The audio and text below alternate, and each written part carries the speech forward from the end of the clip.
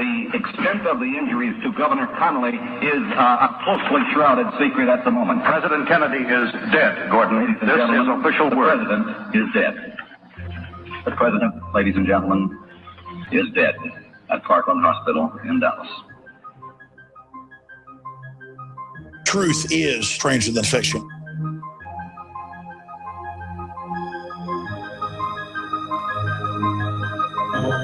Battalion 1 to Manhattan.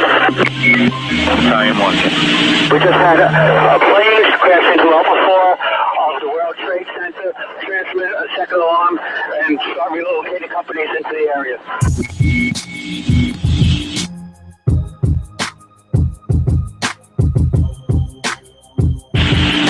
Engine 1 to Manhattan. Engine 1 0. Engine 1 World Trade Center, 1060. Send every available ambulance, everything you got to the World Trade Center now. That for 1060 been transmitted for the World Trade Center. 1060 for the World Trade Center.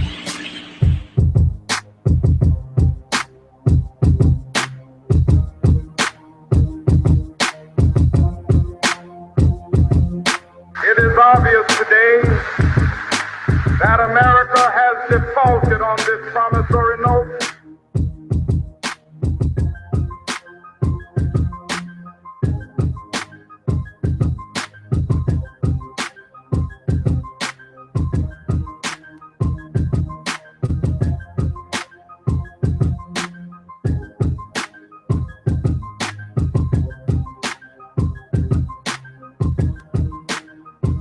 Thousands of lives were suddenly ended by evil, despicable acts of terror.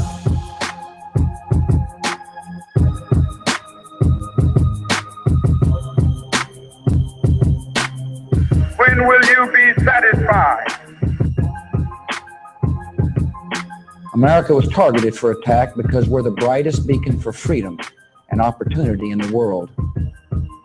The truth is stranger than fiction. The truth is stranger than fiction. The truth is stranger than fiction. The truth is stranger than fiction. The truth is stranger than fiction. Into the matrix you will be eliminated. Into the rabbit hole, secrets will be revealed there. Truth is stranger than fiction. The functions of our government continue without interruption. With Pete Wichert, and this is The Truth is Stranger Than Fiction, and let's get right to it. It's the 1st of November 2014, and we have a guest joining us, Wayne Madsen. Wayne, are you there? Yes, I'm here. Good to be with you. It's great to have you. I figured let's just jump right into it. First off, I'd like to hear a little bit about your book. Well, my latest book is called The Star and the Sword. The star refers to the Magen David, or the Star of David. It's the star on the Israeli flag. The sword is the sword that appears under some Arabic script on the Saudi flag. And what the book suggests is that the Saudis and the Israelis have been long-time allies, maybe secretly, but nevertheless they have cooperated on many, many things, and I totally suggest that they cooperated on carrying out 9/11. Wow, and that's it's hard to believe for some people, but it's almost proven fact, right? In the 28 pages they're afraid to release. Well, I've gotten some more information on the 28 pages, and I believe that is the reason why there's such resistance. Now, maybe I'm hoping that with the current state of relations between the Obama administration and the Israelis, that somebody may prevail on the administration to release the 28 pages. But they're very condemnatory towards both the Saudis and the Israelis. The Israelis not so,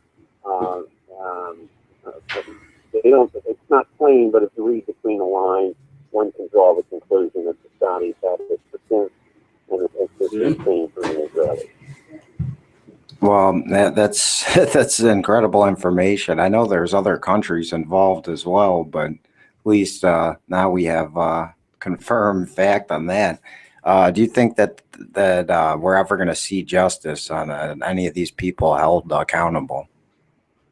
Well, I mean, it would take a sea change, I believe. You know, there was another country involved, of course, in addition to the Saudis and the Israelis, and they were factions within our own government, within the Central Intelligence Agency, within the Pentagon, within the State Department, and you know, I mean, you know, you'd have to have somebody determined to, you know, bring these people to justice.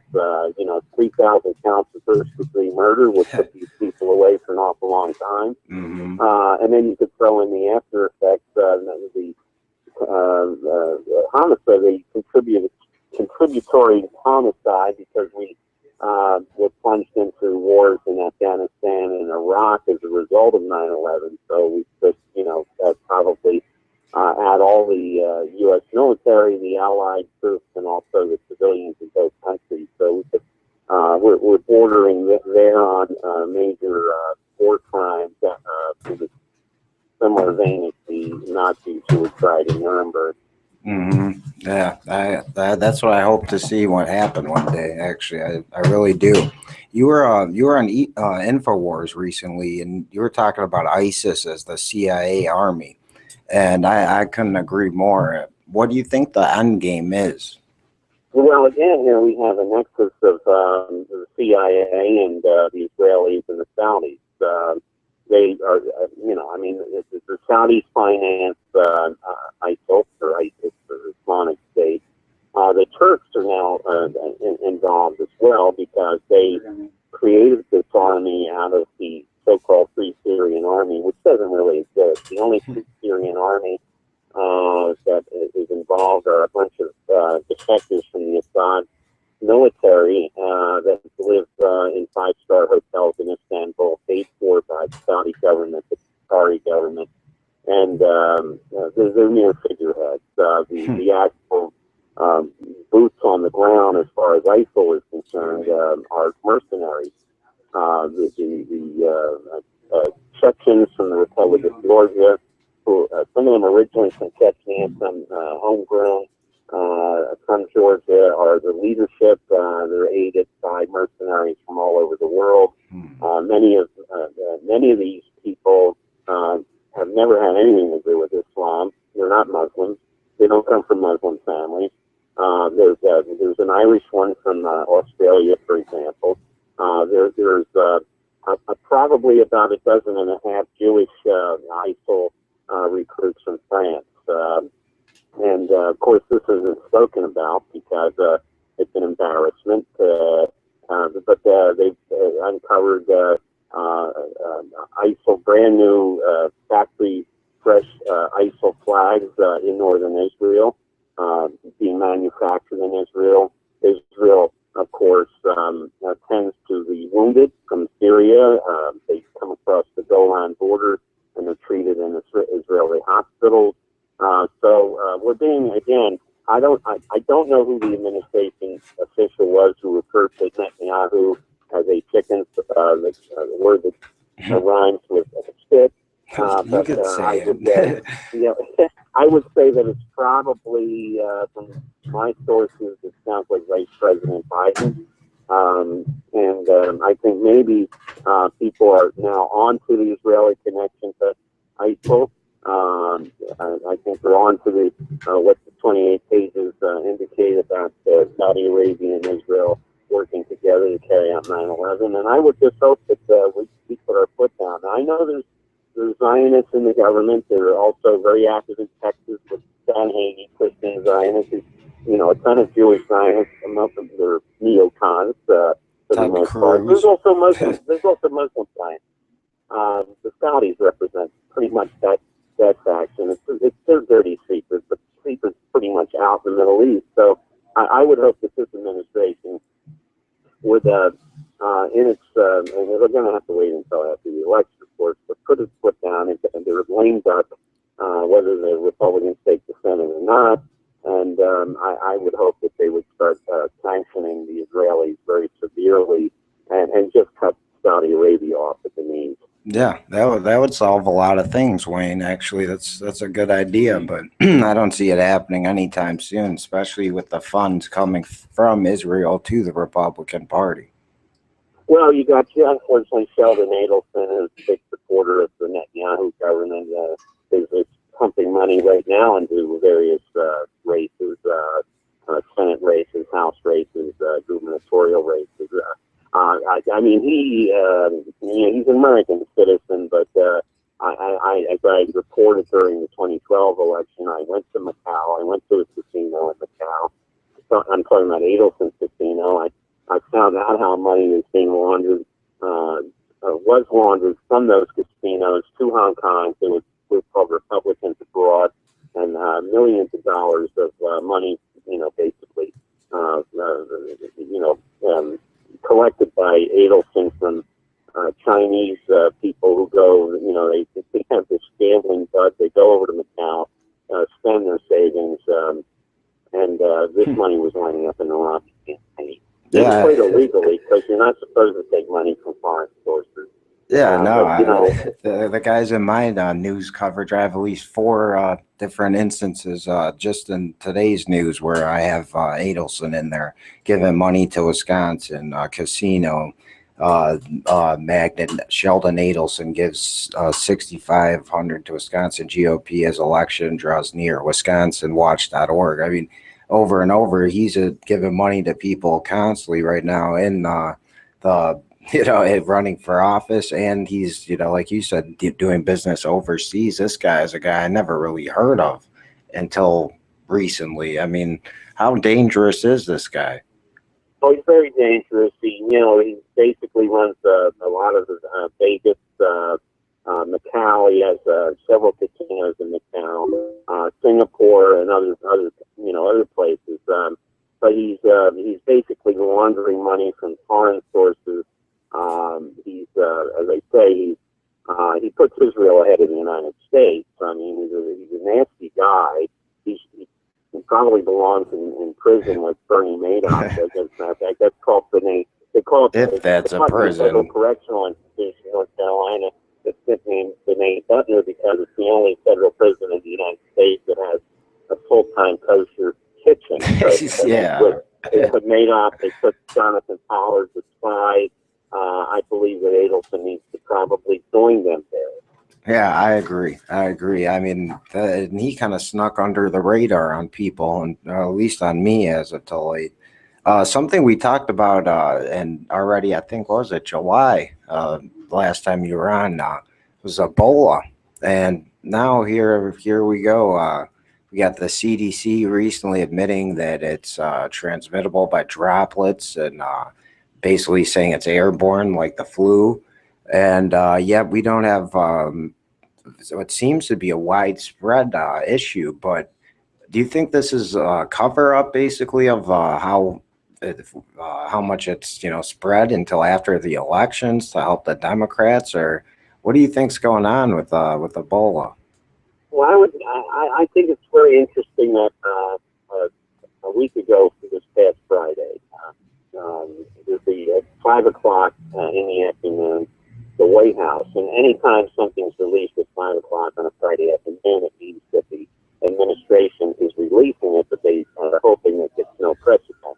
Mm-hmm. They announced that they were halting all research on what they call risky viruses. Now, there's been a lot of people in the medical community after the administration, this one and the previous one, to curtail research, especially where they were doing recombinant DNA splicing.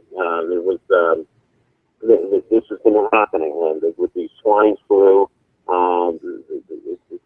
It's proven that the 1918 flu was recombined with swine flu and avian flu to create this novel flu of H1N1, which plagued us a few years ago.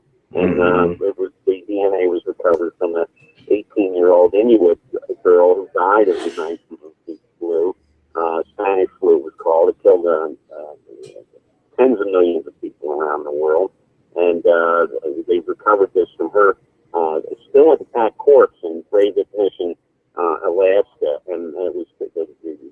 samples were taken to the University of Wisconsin at Madsen. This is government-funded research, CDC involved, National Institute of Health, but primarily the U.S. Army Infectious Disease Institute in Fort Detrick, Maryland, which I would maintain is still conducting biological warfare research. But Obama did stop that research, and he said that any other, not on Ebola though, Ebola research is still ongoing because of the current situation, but what it affects was influenza, any form of influenza, and other transmittable diseases. And the White House said you have to also, the community, if it engages in any new research, it has to have permission first. So some of this research did stop. I'm not sure how this affected Fort Detrick, because it's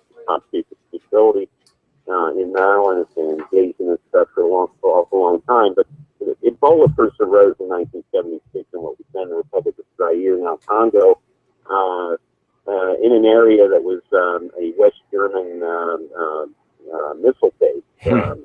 Coincidence. It was called OTRAG. And we know now from the WikiLeaks documents that were released that the State Department received a cable from the U.S. Embassy in Berlin in 2009 saying that the German government approached the U.S. Embassy and said, look, there's a German government who wants to export Ebola cultures to Fort Detrick.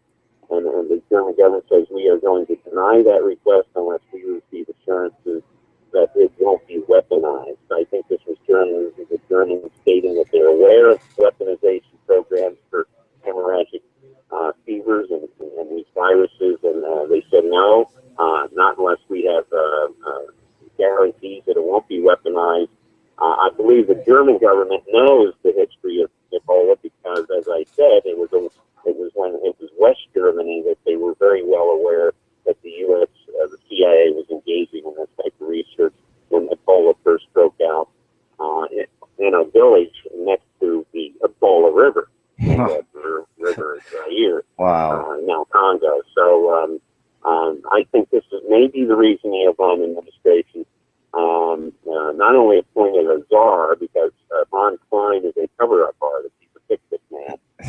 They don't want anything to come out. But I would also note that the World Health Organization in 1976 also stated that the Zaire strain of Ebola, which is what is going is virulent in West Africa right now, that it could be transmitted in a manner similar to what they said was AI, that's airborne influenza, sneezing, droplets, that type of thing. Yes, that came from the World Health Organization, and nothing has changed. As a matter of fact, Ebola has mutated.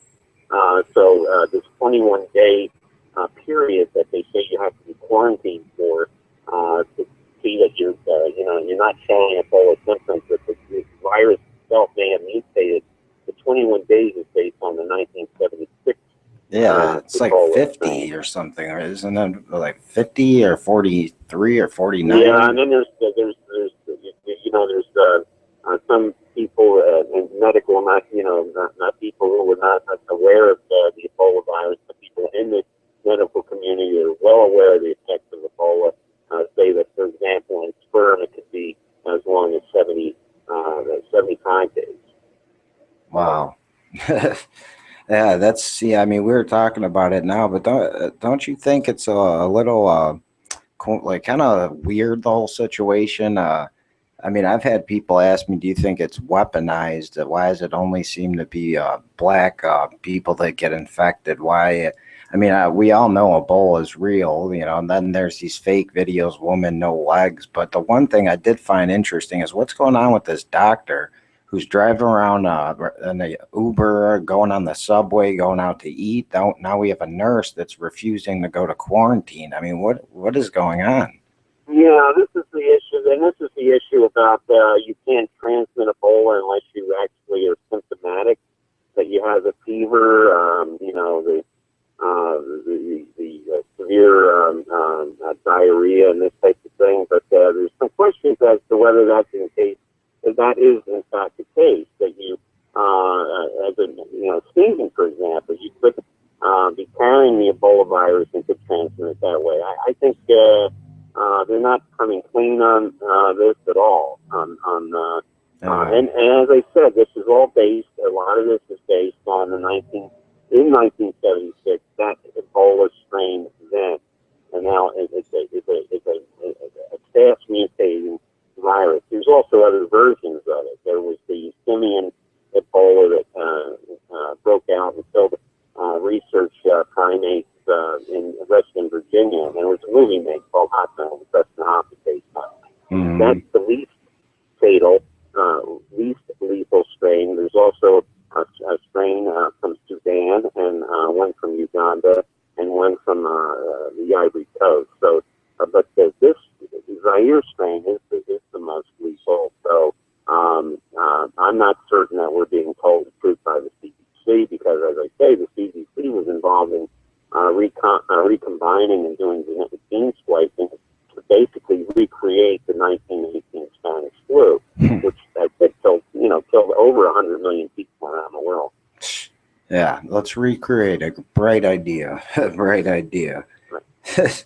So, yeah, I had a fan question, too, for you. This is from John. John wanted to know if you support anybody in the elections here in Illinois, if you support Rauner, or are we just voting for the lesser of two evils? Well, I've been looking at this election in Illinois because of the reporter for the Chicago Sun-Times, Dave McKinney, who was basically fired from his, he resigned, but he was being pressured because he was covering the Raumer campaign, and he found out that Raumer was, up to no good. He was a lot of illegal money, but the ownership of the Sun-Times apparently was in bed with Raumer and basically took him off the story. That's not what newspapers should be doing. No. And so I wouldn't want to see Raumer get in. I think Raumer is probably getting money from the Koch brothers and Goldman Sachs, I believe, too, even. And Goldman Sachs, and his wife is I understand she's now look, the other the incumbent governor Quinn, he's no month in the country either. In Florida, there's a similar situation with former Governor Chris running against Rick Scott, who scanned Medicare and Medicaid. He paid millions of dollars in fines when his company was caught scamming the taxpayers and Medicare and Medicaid patients. He's a Republican. He's running for re-election. Charlie Crist, his predecessor, who went from Republican to Democratic, he basically, but so people are in many cases voting for the lesser of two evils. Mm-hmm. And they're not voting for anyone, they're voting against people. There are a lot of independents running, libertarians in a lot of states, and for governor and for Senate. And I think we're going to see a lot of people vote for them, which they're not going to win, of course, except in Kansas, where there's an independent running for the Senate. He may win because the Republicans, the Democrats pulled their candidate out and said, please vote for this guy, Orman. So there's going to be a few of those, but not many. And I think what's going to happen is that the people that vote for the third party candidate are going to, basically decide who wins either the Democrat or Republican. Wow, great answer, Wayne. Another fan question, and I actually had a similar question, so I got to ask you this. What did the Bergdahl trade and the closing of Guantanamo Bay, do you think what percentage with your expertise would you say of those people are actually fighting right now for the Islamic State? Well, I think a number of them are. Now, the Bergdahl, the ones who were from the Taliban, were released to Qatar. They're supposed to be held there for 2 years and not be allowed to go anywhere. But we do know that Qatar is supporting ISIL with money, financially, logistically, and otherwise. So I would be very interested to know if they're actually still being held in Qatar. A number number of them, even before ISIL, people who were released from detention in Iraq. Baghdadi, the head of ISIL, was in detention in Iraq. He was in Abu Ghraib. He was released. But some of these Guantanamo people turned up later fighting against Gaddafi in Libya, and we know how that turned out. And in Syria too recently. The haven for these people. Yeah, it's crazy. It's Syria too recently. I mean, that's one thing I don't get. The president is a little more than incompetent to do things like that. It's almost like he was trying to give them back their leadership, in my opinion. We got again. We see other countries involved. In the case of Libya, we went after Gaddafi with NATO. We provided weapons. What happened in Benghazi at that CIA? It wasn't an embassy. It wasn't a consulate. It was a CIA operation. Chris Stevens, the ambassador, obviously had two hats. He wore two hats. He was yes, the U.S. ambassador. It also looked like he was some sort of CIA guy trying to arrange for weapons transfers from Libya to Syria, and it was a weapons deal. And, if you're a mercenary and you're an ambassador who also wants to be the head of a mercenary army smuggling weapons, when you get killed, that's what happens to mercenaries. It's not a nice business. No. I don't shed any tears over Mr. Ambassador Stevens. No. He basically gave up any pretenses he had to being a diplomat a long time ago. And there's a lot of other U.S. ambassadors who are very much interventionists like he was. And look, you want to play those games. You want to not be a diplomat. You want to be a mercenary warlord or support warlords. You get whacked. Hey, sorry, that's the way it goes. Yeah, well said. I'm not putting my flag at half-staff for them when they get killed. Yeah, well said, Wade. We got about 5 minutes. I think I know you only had about a half hour, and I thank you for your time already. So I'm going to try to get to just real quick. What's your take on Russia and Ukraine? And then I have one more fan question I think you'll get a laugh at, and I wouldn't mind either, but we'll get to that next. So first, what's your take on Russia and Ukraine? Are we poking the bear? Right. We just had this Ukrainian parliamentary election where Poroshenko, the president, who basically was installed, his party came in first. This guy Yatsenyuk, who I suggest is a Scientologist, he denies it. His family denies it. His supporters deny it. And most of all, the neocons deny it. If they're denying it, it means it's true because they fully know how to lie. That's the neocons, and that's how they're brought up. That's how they're been trained. So the Russian-speaking people, not in many of those areas that declared independence, because they're going to hold their own elections, but those who are in the south and in the southwest of Ukraine, this is Odessa, and other parts that did not secede from Ukraine, their votes really didn't count because those who voted for the Ukrainian Communist Party, that party was banned, so those votes don't count anyway. Other Russian-speaking parties, they were also declared illegal. So this is what would have happened had those areas of eastern Ukraine not seceded. They would have just nullified their votes. They would have said your parties are illegal. They can't serve in the legislature.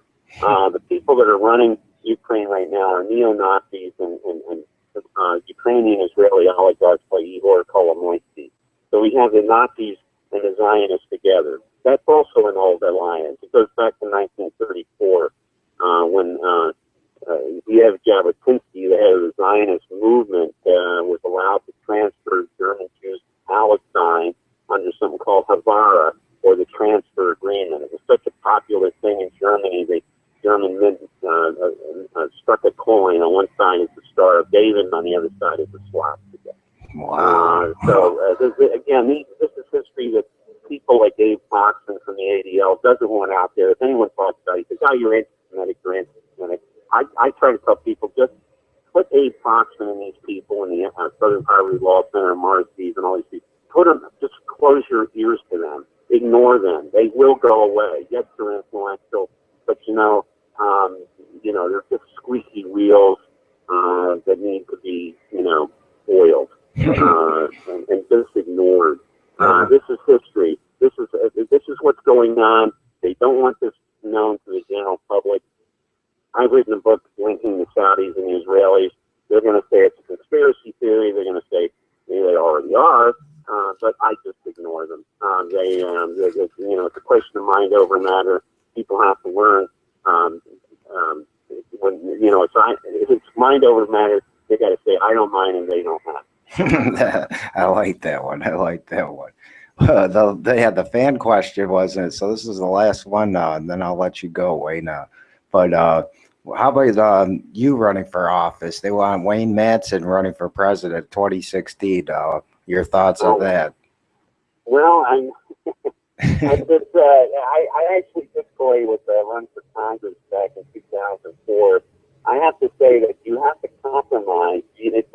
First of all, it takes money.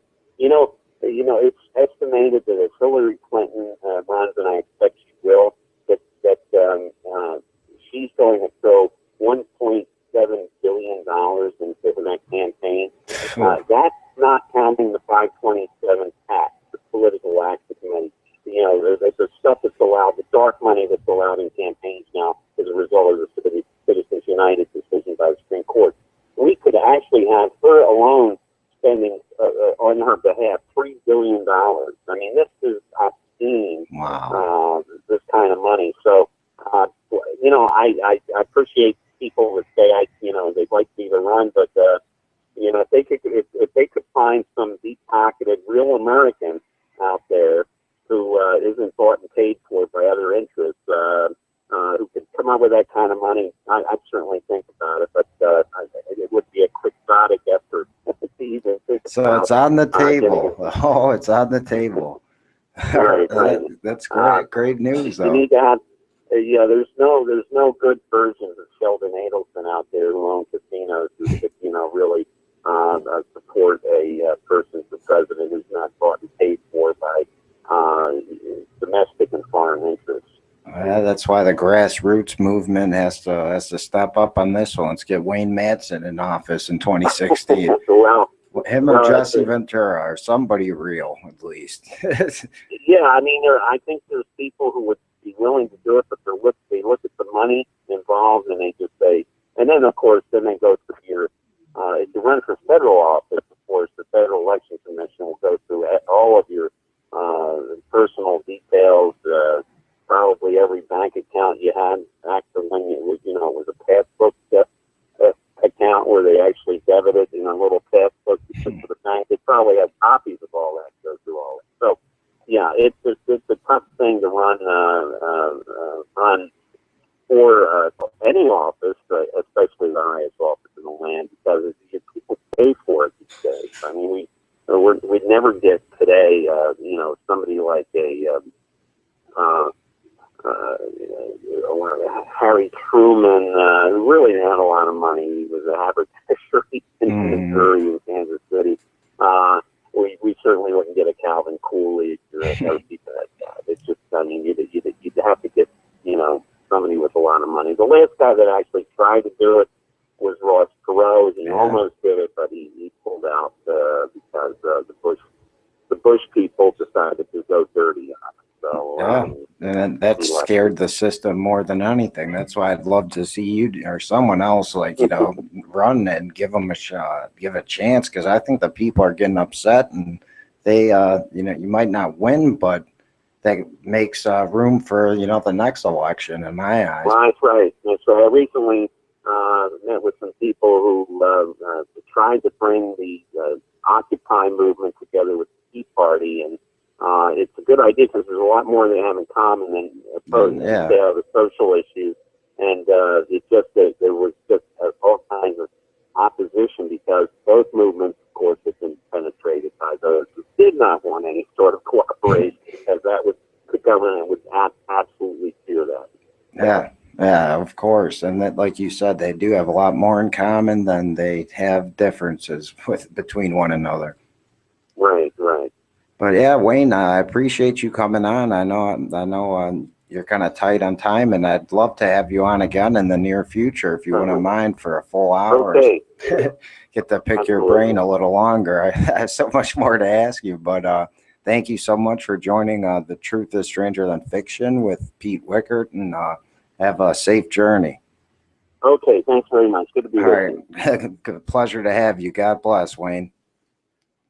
All right, that was Wayne Madsen, and everyone go support him. Check out his website, waynemadsenreport.com. It's a really great website. Buy his book. I'm telling you right now that the link we've been talking about between Saudi Arabia and Israel is clearly proven in this book, beyond a shadow of a doubt. But yeah, I'm going to go to a quick break. We have another guest upcoming, Joe Biggs, former staff sergeant, now BadassInfowars.com reporter, will be joining us at the top of the hour. And this is Pete Wichert, and you're listening to The Truth is Stranger Than Fiction on November 1st of 2014.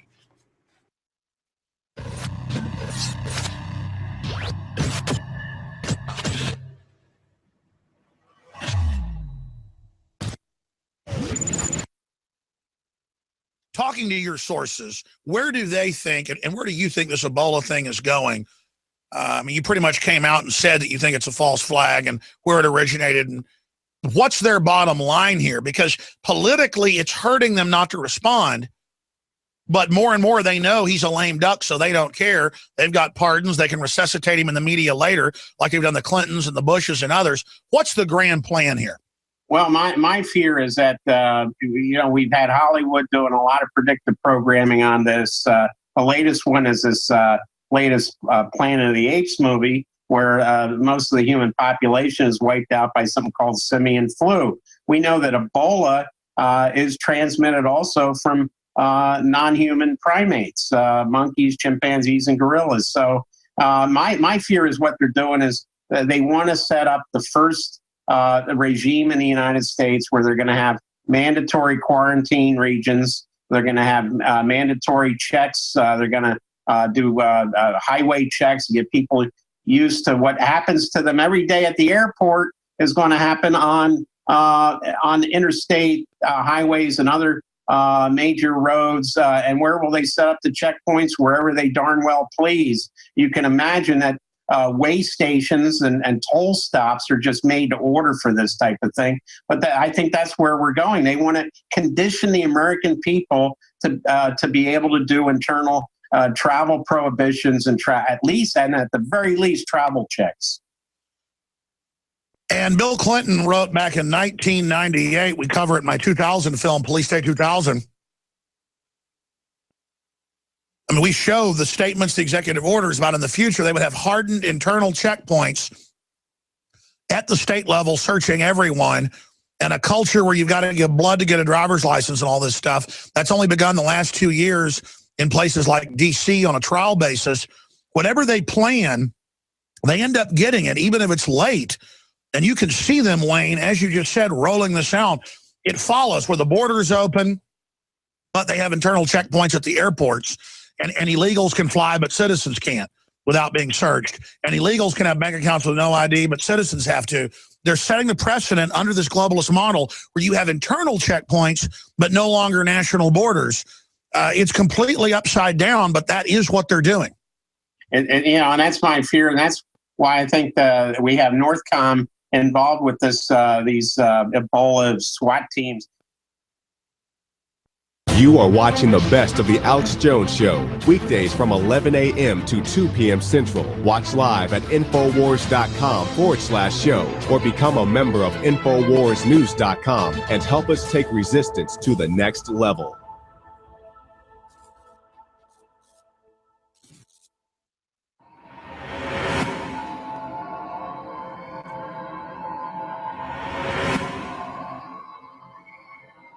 We're joined by Wayne Madsen, of course, NSA whistleblower and investigative journalist, to discuss ISIS and a whole host more. Wayne Madsen, welcome to the show. Thanks for being here. First off, I mean, we're going to get into ISIS soon. I wanted to get your quick take. I don't know how closely you've been following it on the Ebola outbreak, of course, because we've had this botched response from the CDC, it seems, the first 2 cases there in Dallas. Do you think that this is merely incompetence on behalf of the public health authorities, or are we seeing some kind of deliberate malfeasance? Well, I just returned from a conference in Tehran last week, and of course, Tehran, in my mind, was going to be a great place to find out all about ISIL or ISIS or whatever you want to call this group. But I actually discovered some things about Ebola while I was there, which I didn't think I would in that particular venue. First of all, one of my colleagues, Dr. Randy Short, produced a patent for the Ebola virus from the U.S. Patent and Trademark Office. It was patented a few years ago, has a barcode on it. It's a government document. That was a little bit surprising, but what was even more surprising is when I took a tour through the former torture chambers of the dreaded Shah's secret police, the Savak, and discovered that the head of that particular unit, a guy named Parvez Sabati, has been living here in the United States for over 30 years in Orlando, operating a business out of a P.O. box and out of private residences. And his daughter, who serves on his board for one of these companies that doesn't have a real address, it turns out that she was responsible at Harvard. She's a Harvard biologist for mapping the Ebola virus from an animal gene pool to the human gene pool.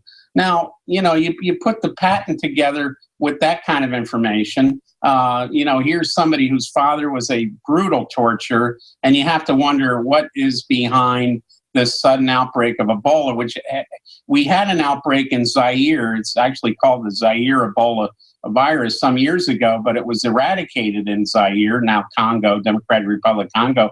How come it all of a sudden appears in these 3 West African countries that have been rife with civil wars and coups d'etats brought about mostly by countries that are after their natural resources, gold, diamonds, and iron, and of course, Israel figures very big in that operation. They've been responsible for an attempt to overthrow the government of Guinea, and they were involved in supplying both sides in the very bloody civil wars in both Liberia and Sierra Leone. I'm very suspicious about Ebola, and especially where we saw the outbreak in the hot zones right now in those 3 countries.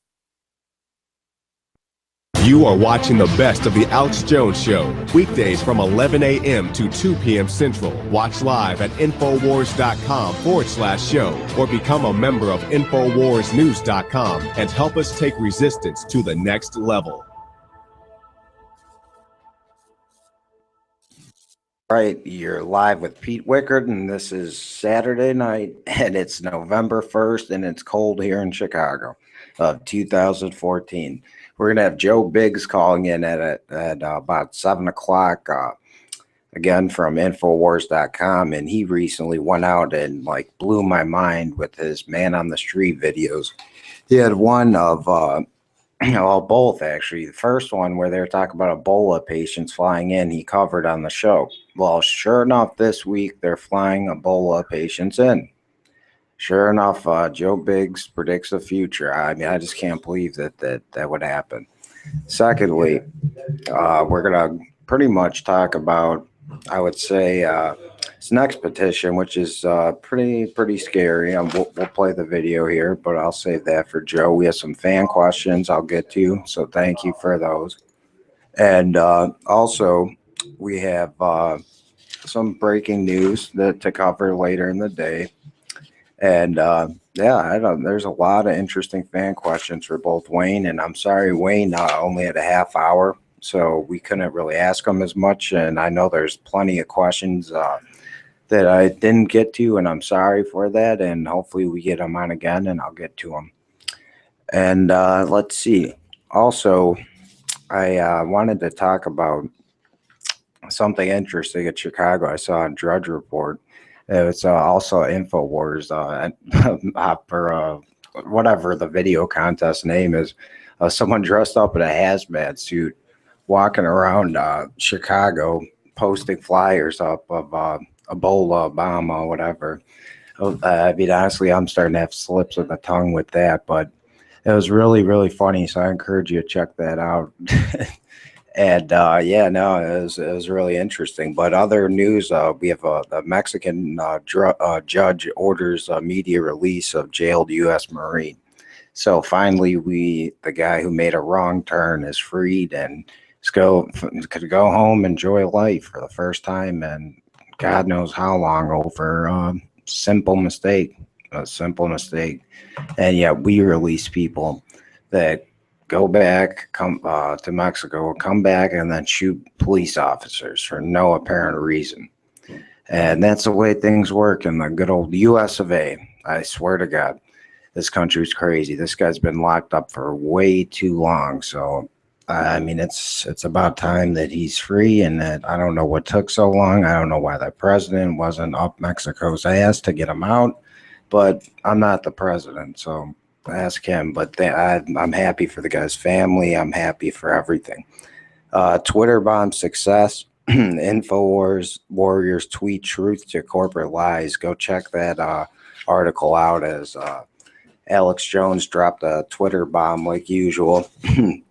But we also have some crazy news from the Blaze stories. Basically, there's one about Pope Francis in his recent comments about evolution, the Big Bang Theory, and God not being a magician with a wand. Basically, sparked a lot of controversy.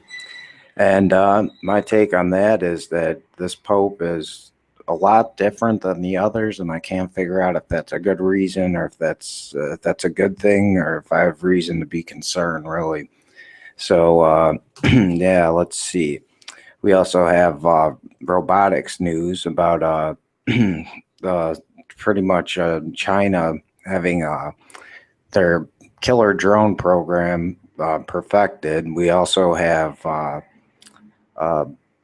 bunch of aerial robots news from spectrum.iee3es.org. And that's another good drone idea. So if you want to go check out the recent and breaking drone news, go check it out, and you'll see just how crazy this stuff is getting. Another accident from that's the two private spaceships this week have blown up. So you could go to news.discovery.com to check out that article about both. It's pretty much killing the whole private space flight industry, which I don't know. I didn't think was going to take off anyway, but now they literally blew up. It blew up literally, not in a figurative manner. And let's see. We have another interesting article out of RINF.com, and it says, what's behind the lower gas prices? Bombings in Syria and southeastern Ukraine, and yet gas goes low. My theory on that is that it's an election thing. They want the election basically to go the Democrats' way, and the best way to do that is to lower gases and lower gas prices. And you know, if you're gonna argue, well, the Republicans blah blah blah have shares in oil, and yeah, they do, I'm sure, but it's a big ploy basically to make it seem like everything's okay. Gas prices are fine and are low, but really they'll raise it once again and next summer, and it'll be higher than usual, and they'll lower it again, and it won't be this low, it'll be a little higher, and they'll get us used to that transition. Every winter and every summer when people drive more, they raise prices more. So yeah, and that nationalinterest.org is where the Chinese combat drones are ready to go global. I would check that out. We also have the creepy horror of Jeb versus Hillary in 2016 from truthstreammedia.com. And that's worse than any Halloween scary movie or any thought I could even think of. Jeb Bush and Hillary Clinton running. I mean, my God, Clinton and Bush. I mean, I'm having nightmares just thinking about it. I mean, that ugly witch and then another bush. I mean, how many more bushes are they going to pull out? I swear to God. Danny, isn't that crazy? And Danny, why don't you go over that story you found today? Oh, I haven't read the story completely. Oh, so you just send it to me, huh? I sent it to you because I read a little bit of it, but most of the time I figured I read a little bit just to see if it was something that you would something worth your time. Yeah. All right, where to get Danny? I just try to involve Danny. I'm a tech news reader. That's all. I try to see. So I got my eyes on the tech. I know the tech has its eyes on me, but I got my eyes on the tech. But I'll have to get to that later. That was sent to me right before the show, so this must be pretty big. We're gonna break Danny's article later in the show. But yeah, no. So pretty much with Joe Biggs, I know I got again a ton of fan questions. I'm gonna get to that, but he's been doing a great job reporting. And one of the things I want to discuss is what's going to happen during Ferguson, because I'm telling you right now, there's going to be riots, there's going to be protests, like people are going to be angry, because I'm hearing from multiple sources now that the cop is going to be, I'm hearing that he is actually in the right in a certain sense where he literally was being attacked by Michael Brown, then shot, or he was coming at him and then he shot him with a weapon, and apparently then he shot him either from point blank range, one source said, another one said they shot him 10 times, like to make sure he is dead. So the cop then should be held accountable, but if that was the case, they're withholding a certain section of the surveillance, which supposedly wasn't there, but apparently now I guess they have in court. So I'm hearing a few things that are different, but the one common thread is that he's going to be let go. So I'm predicting there's going to be some pretty big action, and both sources told me it would be on a Sunday night. And if it's this Sunday night, it's going to be bad news for my viewers down in St. Louis, and I'm sorry to break it, but yeah, at least you know the time period in which it's going to happen. But yeah, so it was nice talking to Wade Madsen, because like he said, he's going to get attacked like all the conspiracy theorists, but you have to check out his new book. And let's see, so Danny, you emailed that article to me. Yeah, you got the link on it? I'll find it. I'll just go to it later. I got some more things. Basically, to go over it, it's a California Highway Patrol officer is now being charged with stealing photos from a suspect's phone. He pulled over a woman for suspected DUI, and she surrendered her phone and the password to her phone to him, and later on found out that nude pictures from her phone were being distributed. Ooh, wow, Danny's dropping bombs here, and the truth is stranger than fiction. So you think that the officer just pulled her over to get the naked? I don't know.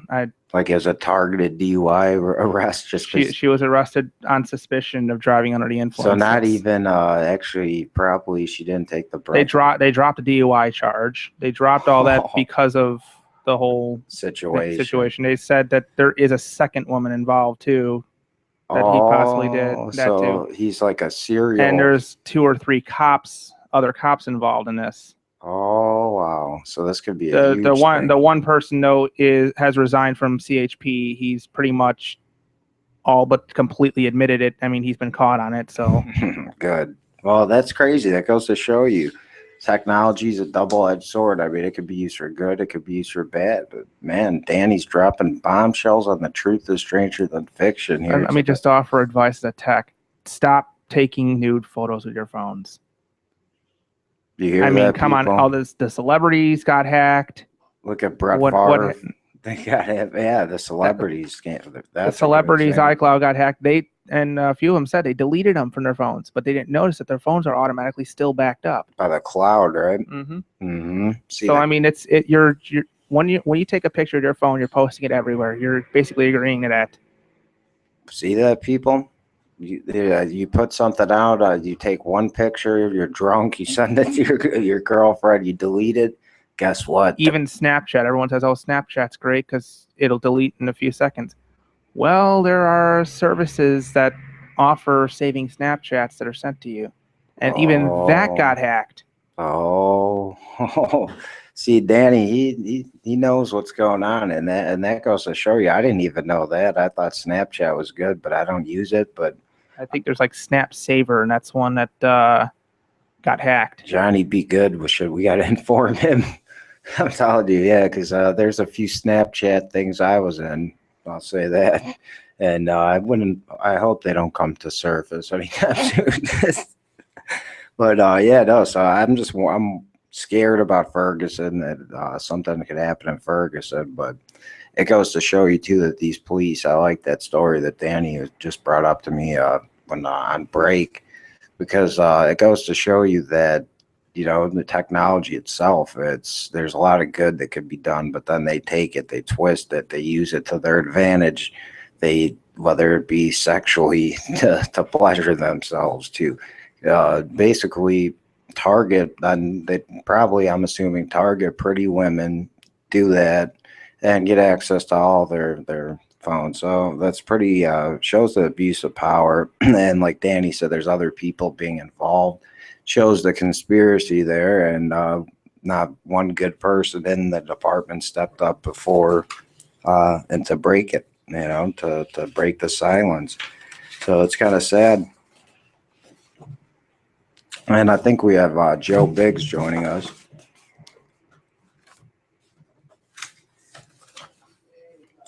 Yeah, we're going to have Joe Biggs from Infowars.com joining us live right now. Joe, you there, brother? Joe, you there? Yeah, what's up? What's going on, brother? How's it going, man? Not too bad, not too bad. Just reading over the judge report. Yeah? Anything breaking? Nothing right now. You know, it's pretty pathetic. It takes a Mexican judge to release the Marine that's been there for what, like 6-7 months. Yeah, I was just and our own president can't lift a freaking finger for this guy. I just said the exact same thing, bro. I was like, it's about time. I'm happy for his family, but where was the president this whole time? Same thing. I mean, he just proves time and time again he could give two shits about Americans in any kind of way. Yeah. Soldiers, civilians, anybody. I mean, you know, we got illegal aliens getting treated better than citizens. You know, we get 5 Taliban leaders released for a traitor, and we got a guy who took a wrong turn, and the president won't do a damn thing for that guy.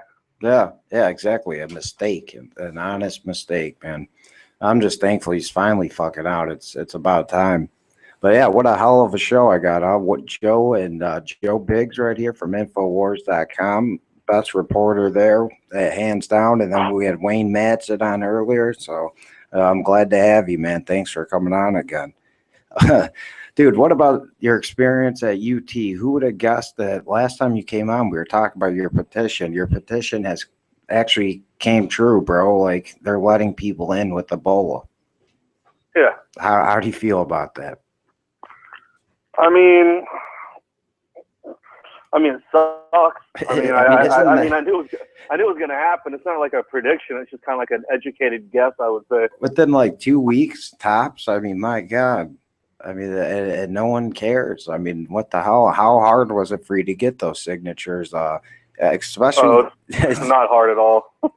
Oh God! It is. It was. Every time I go out, I only go out. What I do is I talk to my goal is 30 people, and then the yes or no, the people who signed, that don't, then I kind of do the percentage of that. But I'm usually, I try to keep my time limit there to about an hour. I try to talk to about 30 people an hour, just because I know a lot of people got class to go to, and I just try to, I don't want to be that big of a burden. But I go out there, and that first time I did the petition at UT for students to sign if they would like to bring in Ebola patients, and then if they initial at the end, they would allow to take one of those Ebola patients into their home. You know, and I kind of have the idea of, you know, possibly calling up some of these people and having someone dressed up, you know, in a hazmat suit with blood coming in their eyes and like knocking on the door and go, hey, here's your patient you initialed for, buddy. Do it. Let's own up to that thing you signed. Follow up. I want to follow up of the man on the street video, man. That'd be awesome. That would be. Yeah. But the one I did Wednesday was just, it was so heartbreaking. Break that down for people, because I mean, we gotta hear from your perspective, like what you're thinking and how it ended up happening, and if anyone got pissed. Rob Dew, one of the guys that works there with us at InfoWars, he's the I would say like the main news producer. He's the boss over the reporters. He's the one that kind of like divvies out stories, and or you know you come up with your own stories most of the time, but if you see something he really likes, he'll bring it to your attention. And this is one of the ones that popped up on his radar. There was an article by a website or company, whatever you want to call it, called The College Fix. And it said trending college students nationwide support post-birth abortion. Okay. And, you know, when I saw it, I was like, what the hell's post-birth abortion? You know, obviously, if you sit down and you break it down and you look at the words, what they mean, obviously. But for me, I just never heard anyone say that before. Yeah. And maybe I'm under a rock when it comes to abortion type stuff. But I heard both post-birth abortion, so I started doing some research, and I was like, ready to gag. I was like, really? I mean, what's the difference between that and murder? The person is alive. Nothing. They have come out into the world. Nothing. There's no difference whatsoever. Just a different term. So they call it this post-birth abortion thing, and it's this new popular trend. And I read the article, and they did studies where they actually went out and did petitions like I did at Purdue, Ohio State University, Central Florida, a lot of big schools around the country. And shockingly, they found that most students were in support of post-birth abortion. So Dew and I were like, well, let's go see if the trendies at University of Texas feel the exact same way. And Dew was like, yeah, they're going to sign it fast. He's like, trust me. And I was like, you know what? I don't think they will. And I guess that's just me trying to look for the better in people. The bright side. And I was brokenhearted because in 45 minutes, I took a picture of my clipboard. I had a full clipboard in 45 minutes, and like a piece of me died inside because I went out and I asked people, I said, hey, who wants to help empower women? You know, I did this whole little thing just to get people's attention. And then once they get over there, I have them read it. So I'm sitting over there dancing around like, hey, you look like you care about women. You know, and a guy would walk by me and he wouldn't do anything. So I'd look at the other girl behind me like, hey, this guy didn't even sign this. He doesn't care about women's rights. Don't talk to him. You know, so I started getting everybody involved. And, you know, the first person I talked to signed it. Wow. A little girl walks up to me and she's in school for nursing. And I handed the petition. She's like, what is this for? I was like, well, this is to give women the right to decide if they have an abortion or if they signed up to have an abortion and it didn't work and it's stillborn anyways, that after it's been born, you can still kill the baby up to 5 years old. Because they say up until 5 years old, a child has no recollection of anything. That's not most true. Most people, when they say they remember stuff, they go back and it's usually about 4 years old. Yeah, so scientists, so these doctors and these progressive, liberal, whatever you want to call these people, think that since the baby has no recollection of anything, even though it's been born, it's alive, it doesn't count as a human being. It's still considered just a fetus inside the womb. Wow, that blows my mind. I was heartbroken to find that, you know, about half of the people, half of the 30 that I talked to, they were all for it. Some were going to be future politicians. Some were going to be doctors. And these are the people, and the scary part is these are the ones who are going to get out, graduate, and go on. The politician, someone that you're going to vote for one day, maybe, you know? Yeah, that's and a sad thing. We don't need people who think like that to be in government. We don't need kids in college and school thinking like that, because what is going on in college where they're teaching these kids that it's okay to just murder people? Oh yeah, dude. I mean, I took biotech and environmental science, and I mean, you hear that a lot. Just they do it in an indirect way, like, oh, it's overpopulation, you know.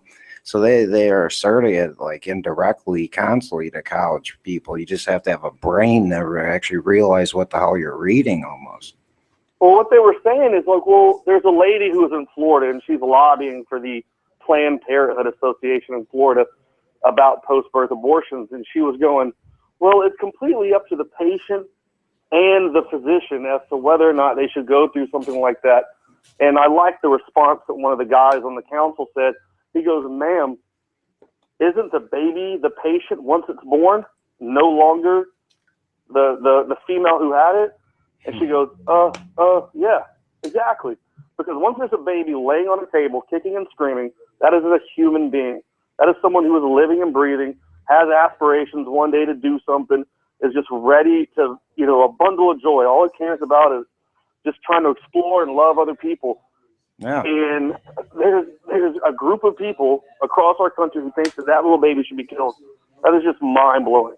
Yeah, and now it's moving towards, you know, grandparents and elderly too, and then pretty soon, who's next? You don't know, and that's why if we don't take a stand on this, they're just going to keep moving it.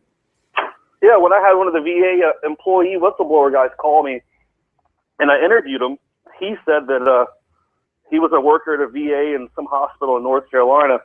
He said he would overhear nurses and doctors in the hallways joking like, why does this old guy keep complaining? He's going to die soon anyways. Let's just let him freaking die. Wow. You know, like, come on, this guy served your country. He fought in Vietnam, and here you are bad-mouthing him because he's mad because he had to wait 7 months on your lazy asses to do your fucking job. Yeah, he should be mad. Yeah, that's just, it's a sick attitude, man. And that's school. But our country in general is getting this way. I mean, it's out of control. Yeah, I think that's one thing your videos point out is just how brainwashed like college kids are. Man, it's kind of sad to see. I mean, I don't even think it was that way when I went to school. I mean, we all kind of knew what the hell they were saying in a sense here when we were reading it. And now you got these kids that are just like, yeah, there's too many people. And one of the ideas you guys had about following up, I think would really get signatures and doing a petition about killing people that are in their positions. Like, for instance, I know like a lot of, say, teachers do go up to like a, you know, teaching school or whatever, just stand there and do a petition like you guys were thinking about killing people that are old that are in their place. I bet you'd get 95% of the people to sign it. And that's sad. I mean, that was the first time that Alex and them, you know, were like, all right, let's go film this. That was the first time I didn't want to do it. Yeah. Because I knew deep down that Dew was right and that the kids were going to sign it, but I just didn't want to see it. Yeah. You know, and it took me 5 hours to edit the video, and I had to keep going back to the footage, you know, and I'm just glad that there was one person or two people. There's one girl who cried, and she walked about 10, 15 yards away, and she sat there for about 30 minutes screaming at people who walked up to me, don't sign that petition. And she was bawling, and you could tell when she read that petition that it just tore her up inside.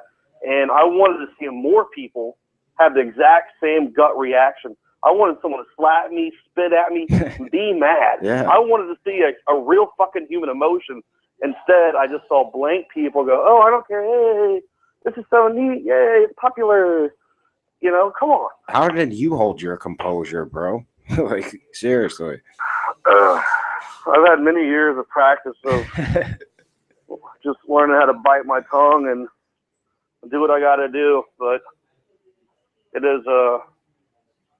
wasn't easy. I didn't even eat for a whole day. I was pretty upset. Made you sick. I don't blame you. It's sickening, man. Because you think that's like the people we gotta wake up. That's the hope we have is those college kids in a sense and the youth. And if they already got them that brainwashed, imagine the youth that have completely come up in this like technological age, bro. They're gonna be even harder to get to. But you know, if that same person who signed that petition, you know, dropped their phone in a fountain or something, I'm sure they'd go ape shit and cry, and their life would be over. But you know, a piece of technology, but a human fucking life. Oh, whatever. Let's sign away. No, that's sad. I mean, so just that girl and one other person, basically. Yeah, there was one other girl. She walked up. She starts reading it, and she goes.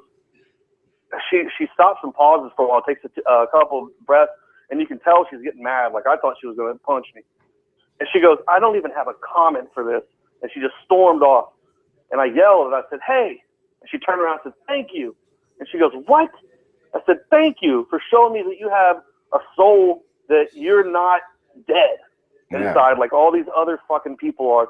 I was like, because you know what? Right now, because this is the fourth person I talked to, I said, there's 3 people ahead of you right now that pass by who believe that we should kill babies. I was like, you need to start talking to your fucking friends here in college and ask or see what's going on in their heads and why they think that's okay to do. Because it's not. Yeah, I'm glad you did. Because, yeah, I mean, that's a crazy number. I thought it would take you all day. But I mean, I figured you'd get it, but not that quick, not as quick as it appears, man. But I mean, that's crazy. We had a couple fan questions for you, man. If you want to get into those, you and Wayne, my emails were filled, but today I got one from Cynthia, and this was a funny ass question because I had to ask you this. Joe, I've heard I heard you on the show, love all your work on the nightly news, and she basically wants to know, I was wondering if you ever thought about writing a book about all your crazy stories, not only both, you know, as in the military, but even your evolution since you came home. Yeah, I've thought about stuff like that before. I write almost every day. I keep a captain's log, if you want to say. No, I keep a book of things I've been writing since I joined, and it's one of the things that's helped me escape a lot of the anger I've had and to keep from, you know, exploding sometimes. But yeah, I mean, I think it's a feasible thing one day to do. I mean, I don't know who the hell would ever want to read anything about me, but I mean, I would probably in another year or so I'd have enough information that where I could write a giant book. Yeah, I would buy it, bro. I'd buy it. But no, I mean, I thought that was a good question, just because, especially everything you did overseas. I mean, you could write a book just on that. Now, as an InfoWars reporter, the book is still being written every day, man. You know. Yeah. What do you think about Clive and Bundy, man? Do you think they're going after him again this time? That was from JC from Dallas. So, yeah, no, I kind of think they are. But what's your take on that? I haven't heard the latest on it. I saw a headline on Drudge, I think, yesterday, and I didn't have a chance to look into it because I was working on the election stuff for Monday and Tuesday, the live shows we're doing both days. So I can't really give a good answer on that. Yeah, to me, JC, to me, it just seems like, yeah, it's I think Harry Reid's new attempt to basically get the land again.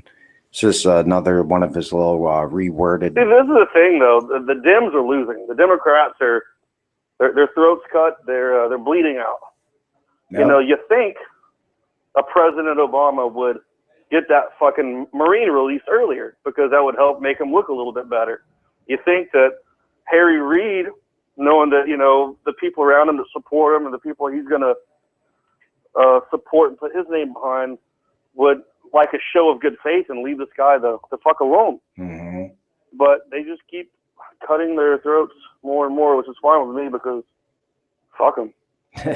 Do you think the Republicans are going to do anything different, though? That's the problem. I mean, there's like they're the same thing. I mean, like one independent. I think there's a chance. I think the borders will get worked on if we get Republicans, but just like what Chuck Hagel said, I think it was Wednesday, for Americans to be prepared to be at endless war, and I think that's something that Republicans bring to the table: endless war. Mm-hmm. You know, we will continue to fight these so-called bad guys that are over there that keep somehow getting all of our weapons and food that we're sending to moderates. They somehow always land in the hands of ISIS. And You know? Yeah, no, I agree. Right now, opium sales are 90% of opium comes out of Afghanistan, and we spent $7 billion to stop that from happening. And all that's happened is that the production's gone up. So, yeah, you know, as long as the money flows, man, as long as the money flows. Well, there's more money coming in with Republicans than there are with Democrats. So. Yeah, and that's a crazy thing is, dude, do you think that Obama's just going to go nuts now, especially if he... Well, that's the thing, though. After the midterm elections, guess what? He's not going to be impeached. He can do whatever the fuck he wants. Yeah. That pen and that phone that he keeps talking about, I guarantee you, once midterm elections are over, he will start screwing this country so fucking bad that we will just be like, everyone's ass is going to hurt. And he's got a pen and a phone. I hope he doesn't have a piece of paper because he is going to be writing a bunch of executive orders unless he does that via text message now, which I wouldn't doubt. Because I'm telling you, I have a feeling the guy, like you said, is going to go nuts because he's not going to get impeached. There's nothing to lose, basically. It's nope, he has nothing to lose whatsoever. Yeah. And what do you think? Do you think that they're basically kind of holding the real truth about Ebola over they're till keeping after? everything back right now. They're not releasing so much information right now because of the midterms. They're not saying why. They're not releasing a lot of the Ebola information because the midterms. They're not releasing why they're buying up all this these hazmat suits. They're like, oh, we can't really release any of that until after the midterm. So, my feeling is after next week, after next Tuesday. Wednesday for the next 2 years is going to be a whole other fucking world. I couldn't say it ain't better, man. I fucking completely agree on that, man. And that's kind of scary. Here's something. I asked Wayne Madsen, how many people you think that were in Gitmo, like Guantanamo Bay, and like involved in the Bergdahl trade are actually back on the field fighting for the Islamic State? All of them. Thank you. Yeah. Come on, think about this. Someone flies in the middle of the night in a helicopter, swoops up and picks you up, then locks you away, then waterboards you, puts dogs on, and makes you listen to Metallica for a long time, which I think that'd be pretty fucking awesome. But changes you in all kinds of different ways and tases you and does that for 7, 8, 9, 10 years, however long. Do you think that during that time you're thinking about forgiveness and how much you would, want to forgive America? No, you're sitting in there building hate and rage. Those guys are going to get out and they're going to go take leadership positions back in there. ISIS is supposedly, the word on the street, a bunch of young guys. They're gonna need some old vets in there, some guys with a lot of knowledge. Yeah, I agree. I don't think they're gonna go home and back to their families because I've been to Afghanistan. Those guys could give a fuck less about that. They'd rather be out with the boys, blowing shit up. Yeah, and like you said, it's like they are held in there, like, tortured, all that shit. They're going to come out pissed off and join the fight. I mean, almost instantly. And to back you up, there's a guy killed in Syria that was in Guantanamo Bay. It was Guantanamo Bay. One of those guys already has found his body. So they're already doing it. It's proven, like you said, to me, the number has to be close to like 90 to 100%. Without a doubt. These guys hate us, and they're going to get back in the field and play the game. Well said, Joe. I got to admit, but yeah, so basically there's another question. Hey, Joe, this is from Jeff from North Carolina. He wanted to know what's the craziest, or pretty much most advanced piece of technology that you came across while in the Army?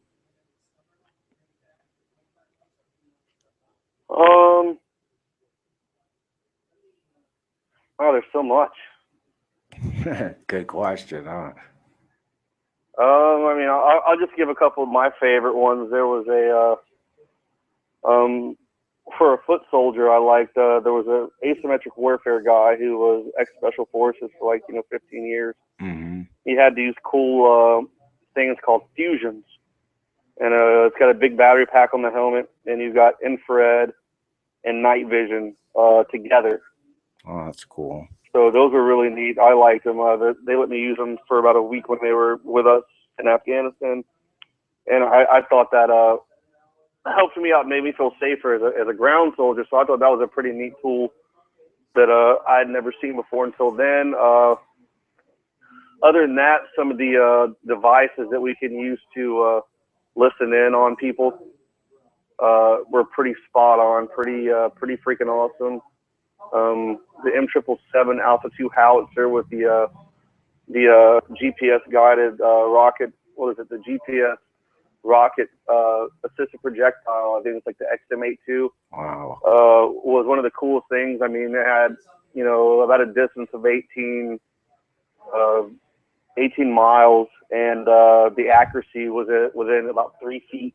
Wow. Because I remember we did a fire mission in Afghanistan, right on the Pakistan border, and it was the first time this round was going to be shot in Afghanistan. We were our artillery guys were back in Salerno, and I was right there on the border. We called in to do the fire mission, but what we did to get an exact coordinate, we took a dagger, which is gives you a 10-digit grid, an exact location. We went out there the night before when it was dark, and I went on this guy's front porch and snuck over there and laid the dagger down and got the exact digit to his home, and then crawled back up this mountain for a couple miles, and went back the next morning when the sun came up and called this thing in. It was just like spot on from 18 miles out. Wow. It was just badass. That is crazy to think about it. You can't even see that nearly that far, and that thing just could go within 3 feet. My God. And why don't regular soldiers have like the infrared mix? Like, I don't get that right there. Why is it just special ops that get that?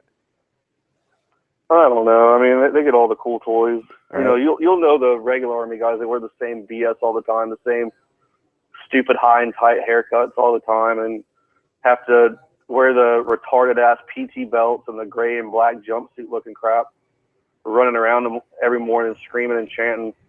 It's regular Army life is pretty boring sometimes, but those special forces guys get all the cool toys.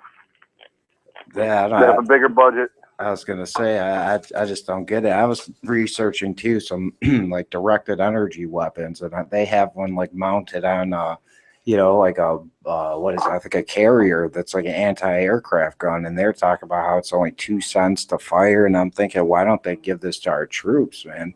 I mean, imagine an army with basically laser weapons, man. I mean, it'd be unstoppable. Instead, they're going this whole transhumanist thing with the robots and robotics and things like that. But yeah, I mean, did you see anything along the lines of that out there when you were out there? No, because a lot of people claim that there's directed energy used in the first Gulf War, but I haven't heard anything about the second, other than the Twin Towers.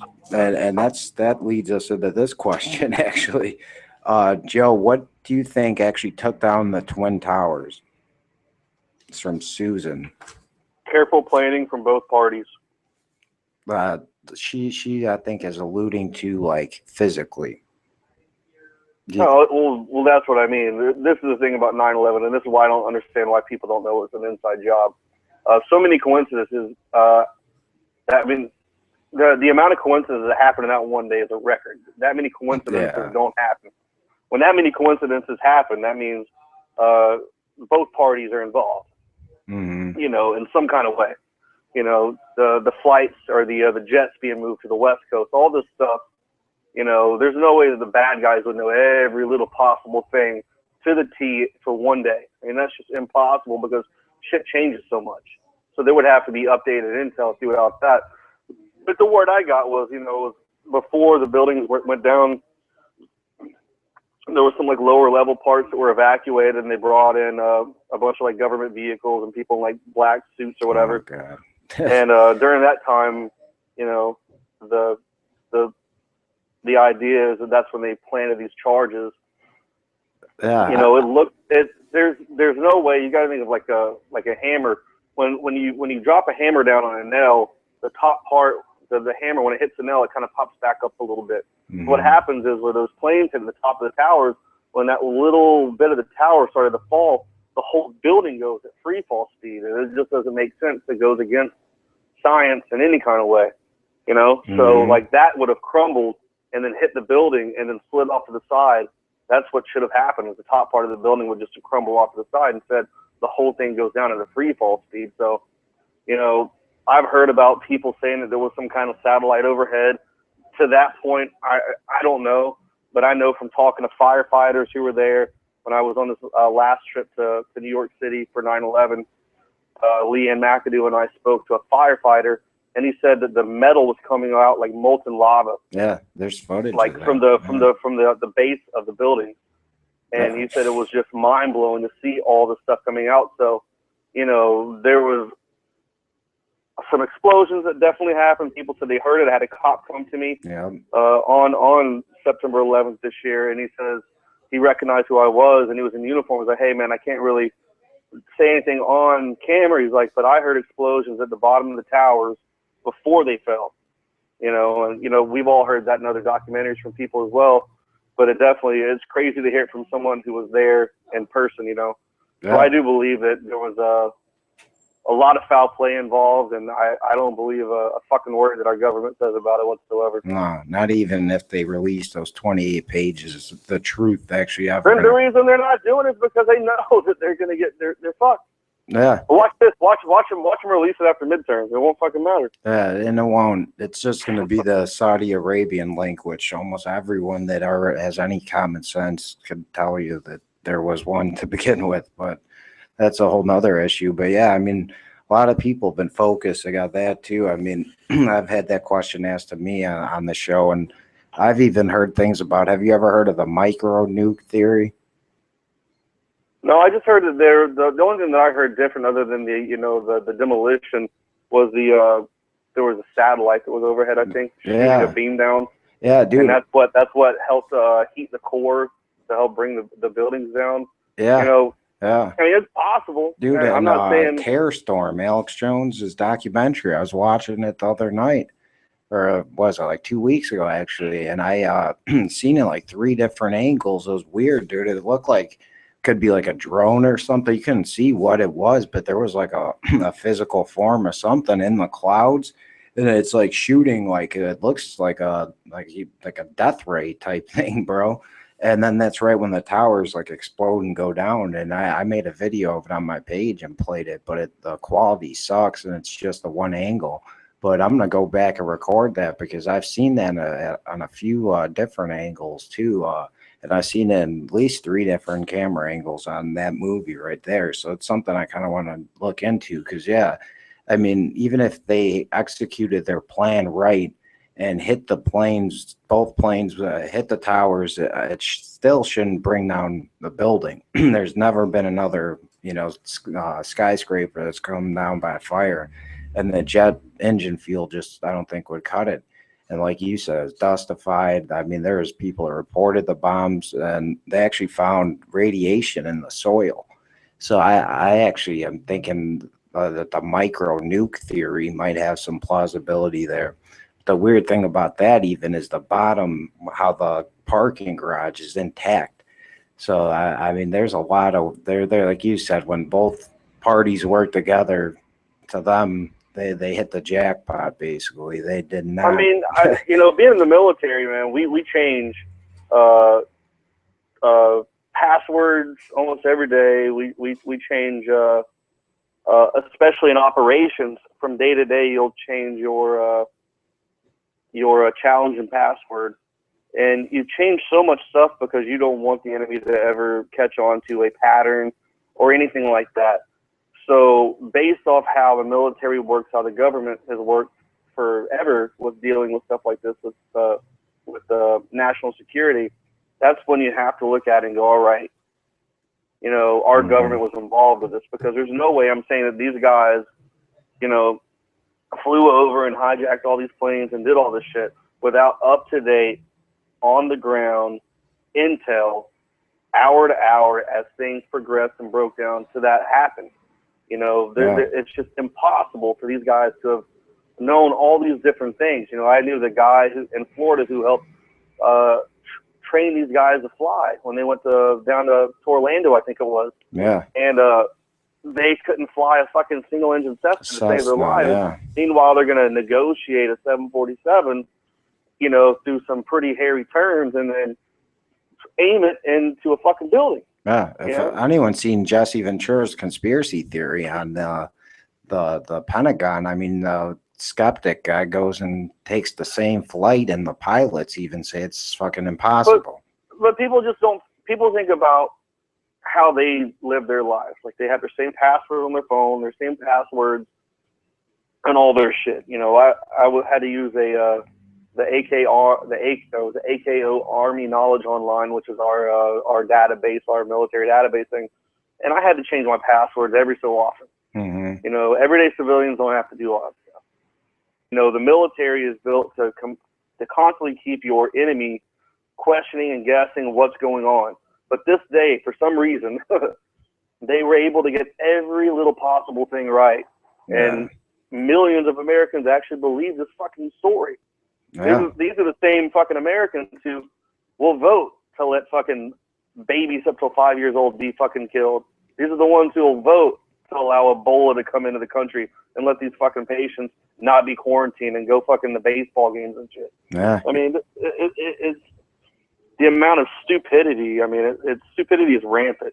Yeah, you're right. Yeah, they rallied around. I mean, we didn't even ask questions. We just wanted the retaliation. And the nations we retaliated on didn't even have anything to do with it.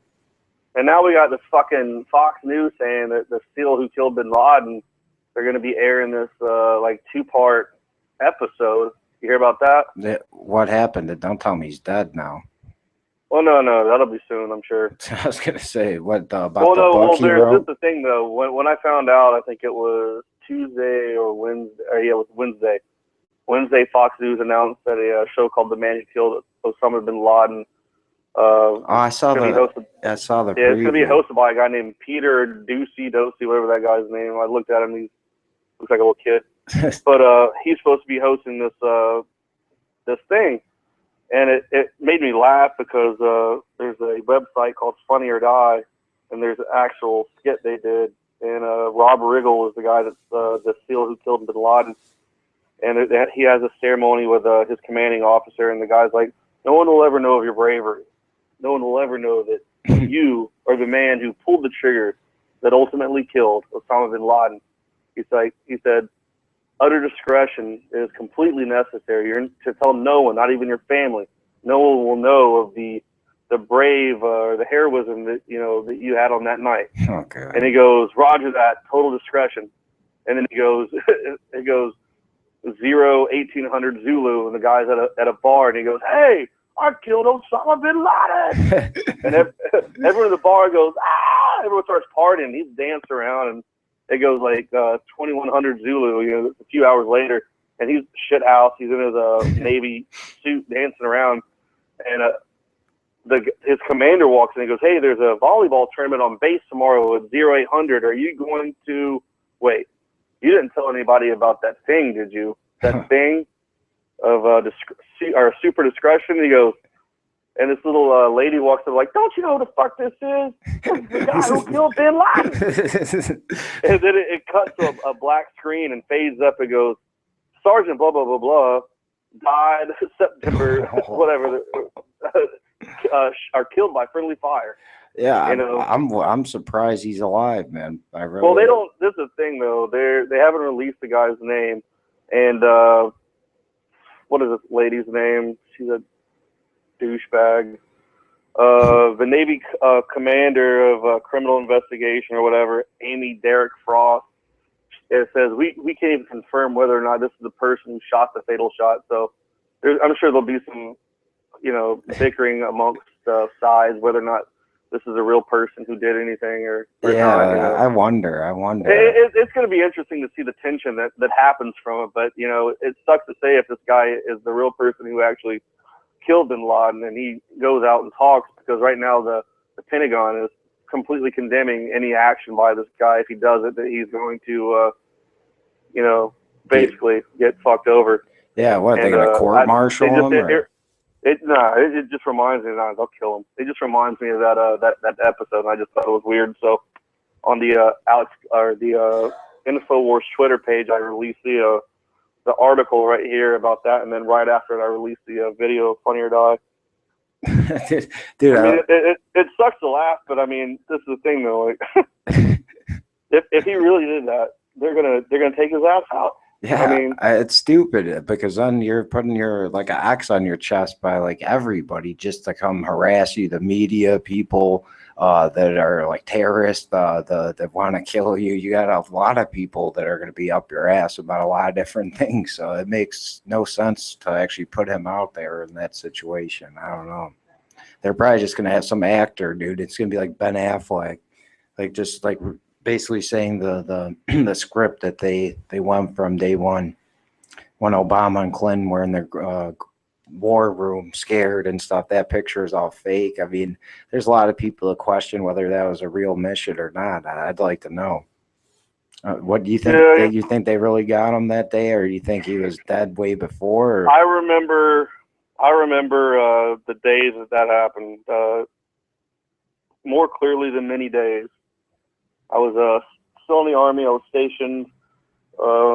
I had just gotten back from Afghanistan. I was in El Paso, Texas, at Fort Bliss in the 1st Armored Division.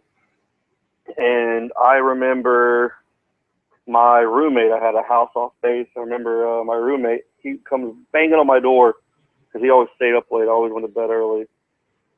And he's like, "Hey, we got Bin Laden." And I was like, "Wait, what?"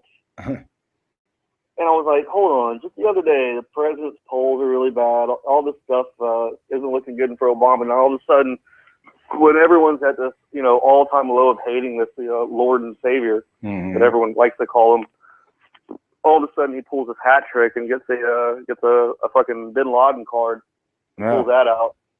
And I was just like, I just don't. My initial response and gut feeling was it's horseshit. Mm-hmm. And I still feel that way, Yeah. I'll always be wrong. I wasn't there, obviously. I don't know. But all I can say is based off my gut feeling from when I heard that and the reactions I saw, his little suave fucking walk out there to give that speech about Osama bin Laden, I was just like, I just don't have a feeling. Like, he seemed too much like an actor. He didn't come out like if it would have been for real, I'd have been like, woo! Man, we just got this motherfucker, yeah. Yeah, He just comes out like he's been practicing for a long time, and the dude's a good actor. I mean, he's really good. Yeah, he is. But it just seemed like a Saturday Night Live skit to me. I didn't feel it. I didn't, from someone who's been on crazy missions and done stuff, I just didn't get the reaction. Yeah. And that I'm used to seeing from something like the that. I just thought it was afterwards too, with the helicopter going down with most of the people on it. I mean, that too is very suspicious. Yeah, we're gonna, like, Osama bin Laden is Sasquatch. No one's really ever seen the motherfucker. You have some people who've snap some kind of blurry picture from time to time to think they've seen him. But over years and years, no one's ever seen this guy. Do you think are you going to capture Bigfoot and then just throw him in the fucking water? No, you're gonna do some intensive investigation on this guy. Are his feet really that fucking big, or is it all a play? Here we are. Let's burn it, throw it over. Yeah, throw it overboard. Yeah, no. Throw that hairy bastard in the water. Let's move on. We got better things to do. Oh, man. So we got the Loch Ness Monster, the Yeti, the Sasquatch, Bigfoot, of our time, Osama bin Laden. We throw him in the fucking water. Dude, it's funny that you brought that up. One time my mom came, she's like, come here. You got to see this. This guy shot Bigfoot. I'm like, oh, what? We got evidence finally, So I walk up to the TV. It's this guy like, well, I looked it right in the eyes and I shot it. And then I realized it was a baby Bigfoot. And I was so just heartbroken. I had to run away. So they went to convince him to go and find a piece of where he's supposedly buried, and they found nothing. So it kind of reminds me of that. Like I mean, that's what it is. I mean, this is it's a fucking joke. I mean, come on, we killed the guy, and we're not going to show him. At least we got to see fucking Saddam Hussein, ring around the neck. And every other person that they wanted, Gaddafi, they had everybody, that live on CNN, you can watch it. All of a sudden there's like the secrecy shit. Wouldn't it be better to actually interrogate the shit out of him and then bring him alive? Like, yeah, I wouldn't have shot him in the fucking head. I would have shot him right in the kneecap or in the dick or something. You know what I'm saying? Make them go through a death penalty of having everyone who lost a family member in the attacks come up with a sledgehammer and hit him in the head or some shit. Would that have been a better way to fucking send a message in a sense? But you got to think, though, this is the word on the street is this guy has been the most elusive person. He's been able to, duck and dodge our CIA, our intelligence community that's like the best in the world, that really in the drop of a dime we can find anybody on the face of the fucking earth. Mm-hmm. We got satellites and shit, and we can't find this guy. No, ever. Yeah. And then when we find him, we shoot him in the fucking head and we throw him in the ocean. Yeah. So that they don't have a memorial for him. Yeah, my ass. And people fucking believe it. The last time that was used was for Adolf Hitler, and that was by the Russians to, gain an edge, saying that the West, basically was hiding Hitler. So yeah, that was a political agenda behind that too. So I think they probably, he probably might still even be alive or died at natural causes because, look, they flew his family out on 9/11. You know what I'm saying? Like, if that doesn't show you that pull, him and the Bush family, the Bush family and the Bin Ladens have a good relationship. I'm sure that guy was somewhere safe. Or like you said, he was there. They were just waiting for the right time, right when Obama needed it. And now let's go get him. If that was him. But I don't know. Something's fishy to me on that whole story, dude. Something's real fishy. I'm not one to believe in a whole bunch of far-fetched things. I'm a little. That's why I differ from everyone. Where I work, I'm someone that takes a lot of convincing on things. I need a lot of facts and stuff like that before I can jump to run with things. Yeah. And it's just one of those things that there's not enough facts to believe that 9/11 happened the way the government did, and there's not enough facts to show you that indeed, that Osama was killed that day, or if he was ever killed whatsoever by us. So I just, it's hard for me to believe their side of the story right now. Yeah, well, when is it ever easy? It's not very easy, but yeah, I agree, man. But so dude, I got a couple emails saying that Ferguson, they might make the ruling. This or next Sunday? Dude, do you think that place is gonna just blow up, bro, or what do you think's gonna happen? Because this is the thing. Look, when I went to Ferguson, I went there the first 2 weeks that when all the really bad riots happened. There's stuff still going on there. But there's so many people who've infiltrated it now. Like, I'm Facebook friends with most of the community that live in Ferguson, who actually live there, work in that town. I talk to them every day. None of them want to kill white people or kill me or anything like that. They love me to death. They like the reporting and the way that I portrayed what happened there, because I was looking at it from a beautiful town that was trying to stand up for some injustice that they felt at the time, and the misuse of force and the militarization of the police at that time. Well, now it's just been completely infiltrated by outsiders. I've got all these people on Twitter and shit calling for the killing of white protesters too, as well, which is stupid because those are the ones who are there standing up to the police for your fucking cause, and you're going to sit there and call for the killing of white people, but you're mad because there's racial profiling, you're saying? How does that fucking work? How do you stop racial profiling by continuing to let it happen? Yeah. The only way to make change is to make change within yourself and then project the change that you want out to the public. So when you're projecting out more hate and more racial division and calling for the killing of a certain race of people, and then you're talking about fighting for the side of equality, you're just fucking nuts in my book.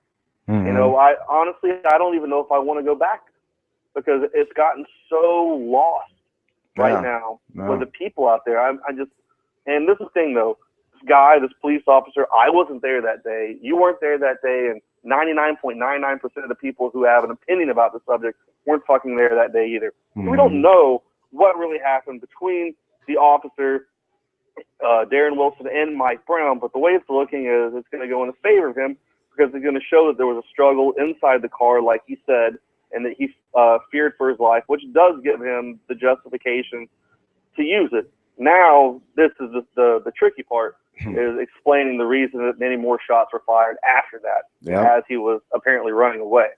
But everyone almost in agreement can say that there was a struggle in the car. Mike Brown went in the car, and that happened because there was blood on him and the officer as well. From inside the car and inside the car. So it proves that point. But, you know, people are running around now and just acting fucking stupid, and you're demonizing a man without due process whatsoever. You know, that's part of our country. We're supposed to have due process. This guy's life's completely screwed regardless now. You know, and you're calling for the death of a guy that you don't even know what happened that day and you weren't there. It's just because you've had so much pent-up anger.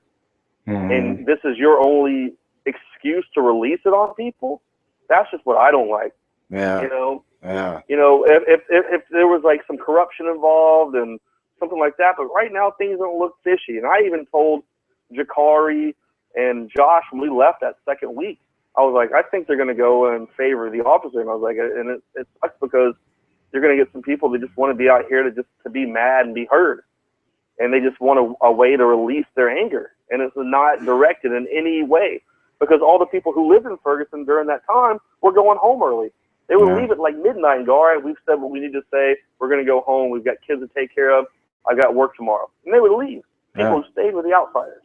You guys even proved that pretty much they're using things like Twitter, Craigslist, whatever they could to recruit people from like neighboring neighborhoods just to go and cause havoc, burn shit down and steal rims and, you know, all that. So it's turned into like a battleground for looters just waiting for the right opportunity. It's turned into a political battleground, and unfortunately, like, it might actually turn into a real damn battleground soon, you know, because I got the same word. This person says her dad works in that area, not in Ferguson, but in that area as an officer, and they've been told to be aware for a verdict to come down on that, and that he was going to be innocent, and they were going to release it on a Sunday night coming up. So yeah, that's going to Martin be Luther crazy. King said, real change comes in the light of day. It doesn't come in the cover of darkness. And what that means is if you've got a positive complaint and you want to make change, you do it in the daytime where everyone can see what you're doing. Now, what he means by you don't do it in the cover of darkness is you don't put fucking ski mask on and run around and start throwing Molotov cocktails at people and then bitching why you're not getting the change you want. That's what that means. Yep. And that's what's happening right now. A bunch of people running around acting like immature adults, like a baby who's had his toy taken away. Yeah, you know, right. and like I said, I know a lot of people who live in Ferguson right now. I just talked to one of them earlier. You know, I have much love for all of them. You know, I've got friends of every race, denomination. It doesn't matter.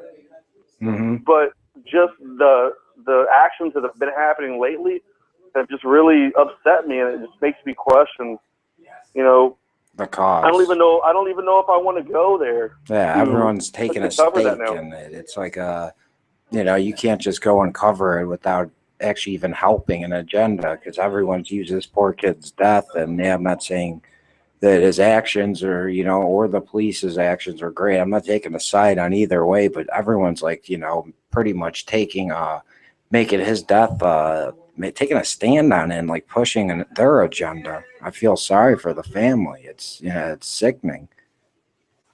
You know, I mean, it's like they turned his death into a, you know, political gain. They're trying to, in this group, the Black Panthers, they're trying, like you said, separate people from, you know, blacks and whites, and we got all sorts of crap going on just because of one bad choice a kid made. But yeah, Joe, we got about 8 minutes left. I just to end the show.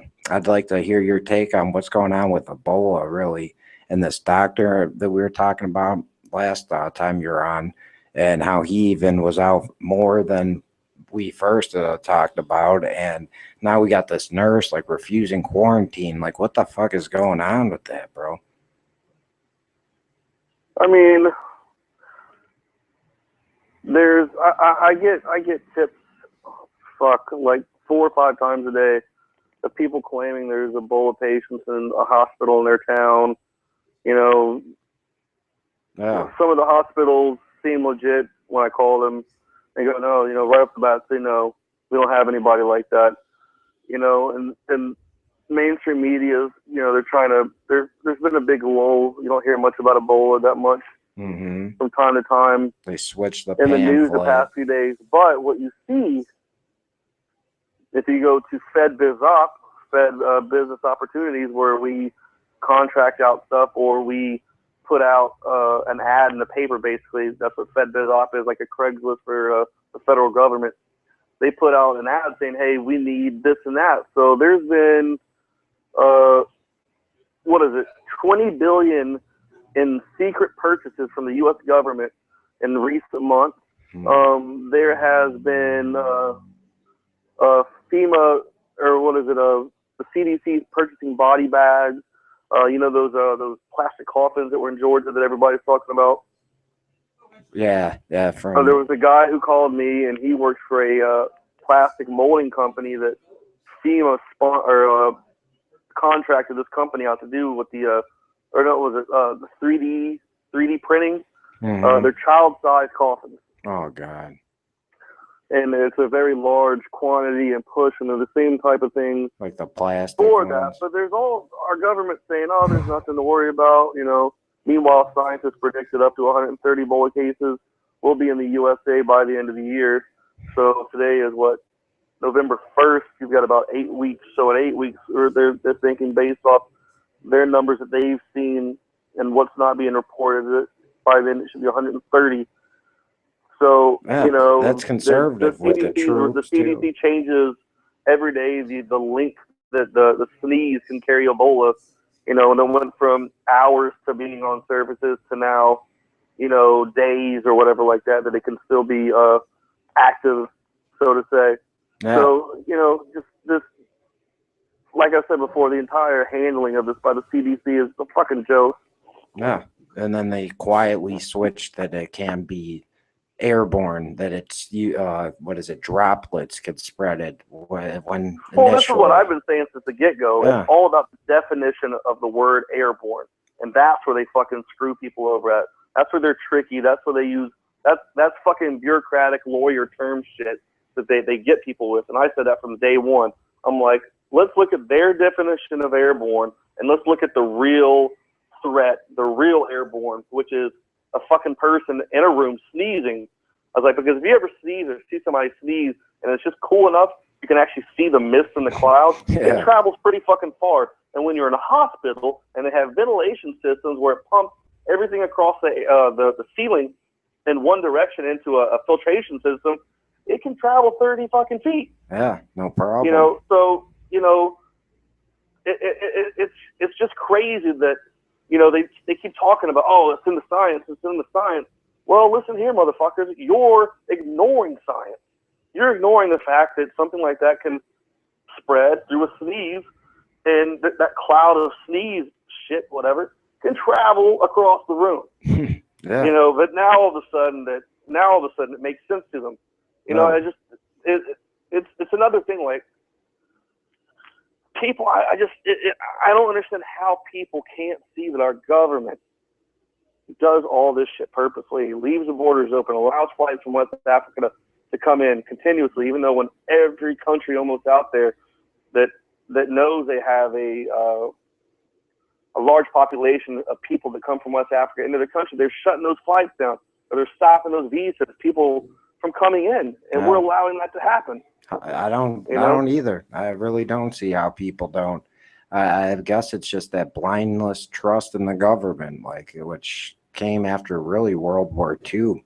even going into World War II, the people didn't want to go to war. They didn't believe the government. Pearl Harbor happens, which again is probably a false flag. And sure enough, slowly but surely, that's come down to the fact that the people in America think the government is good. And even as polls drop, they still can't lose that feeling they have. You know, it's crazy. They just can't open their mind, because once you do, look at all the crap you've seen, look at all the crap I've read, look at everything that Alex has read and all that. A lot of people can't handle that, so they'd rather just tune out, bro. That's what it is. Laziness. Yeah, I mean, it's, you know, our privacy, or we don't even have privacy anymore. I mean, I could literally go on for hours and hours, because, I mean, just looking at Drudge pisses me off, because, you know, court rules, police can force fingers to unlock a person's iPhone. Now, if you use your password to lock your iPhone, then that goes against the court. But wow. You can use your finger swipe now, and that's another thing why I don't use Apple anymore. Once they went to that stupid fingerprint thing, people are like, "Oh, you're just you're just some crazy tinfoil hat guy." I'm like, no. Like, look at patterns, man. Look at patterns in life and how people act and what the government's been doing. You know, we know that Google works closely with the government, with the CIA. We know that Apple does the same shit. Yep. And then all of a sudden they're coming out with these finger locks. Come on. So now a judge ruled that police officers, if you get pulled over and a police officer wants to search or go through your phone, you got that new iPhone 6 or whatever, the iPhone 5. Guess what, buddy? That information's out there, and that cop's gonna look at it. Wow.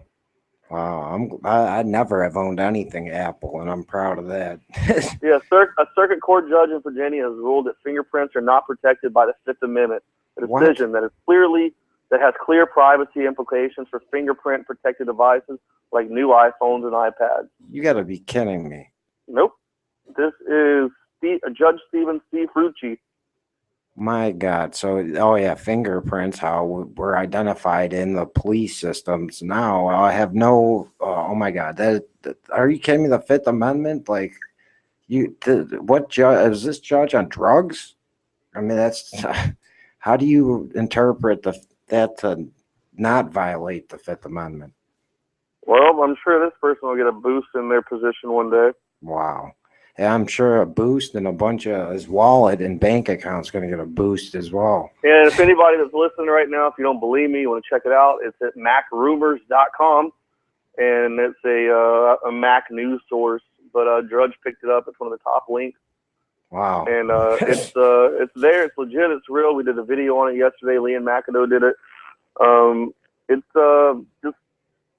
just sit back and look at what the fuck is going on right now everywhere. Well, that's good advice, man. And it's crazy. It's craziness, people, but we got to deal with it. Otherwise, we're not turning it around. We have to. You know, it's weird. Cops nationwide, not all of them, but all of our country, cops kill innocent people all the time. Mm-hmm. And there's no America's Most Wanted, or there's no top America's Most Wanted for, you know, list for that cop who's killing people. Yep. They get swept under the rug. We got this one guy, this Freen guy in Pennsylvania. Kills one cop, and he's number one on the most wanted list. Yeah, hiding out for 3 weeks, and they can't find him in the woods or something. What the hell? No, it's just crazy how we, you know, cops used to ask questions, and, you know, at the least, you know, if their lives are really in jeopardy, shoot. Yeah. But now they have this militarization, this military mentality that they're shooting first and, you know, dealing with the paperwork and filling in the gaps, sweeping it under the rug. Yep. Yeah, that's one thing that's became dangerous. They could do what they want and, you know, get their story straight and go to the media the next day. That's sad. But yeah, Joe, thanks for joining us again. That's Joe Biggs from Infowars.com. You got any final thoughts, brother? If you like to play on Twitter, follow me at Rambo Biggs. Other than that, Keep on keeping on, man. Hope you have a good show the rest of the night. And Appreciate that, Joe. Appreciate that. make sure you watch My Ebola, our music video. Yeah, breaking video, man. My Ebola. Everybody has to check that out, man. That is funny though. But yeah, no, Joe, thanks for coming on. That's Joe Biggs from Infowars.com. You could also subscribe to his channel on YouTube, and follow him on Twitter. Like he said, support Joe, man. He's putting his neck on the line for us, for our rights, fighting for our rights on the front lines. And we owe you a debt of gratitude, brother. Roger that, man. Thanks, bro. Have a good night. Hey, you too. God bless, man. Well, yeah, that was another great talk with Joe Biggs. We're going to be going on our long break, and when I return, I'm going to go over some news, and also our guest from last week, in studio guest, is coming back with some breaking information. But stick with us. This is our long break, and this is Pete Wichert. And remember, the truth is stranger than fiction. The question is, can you handle the truth?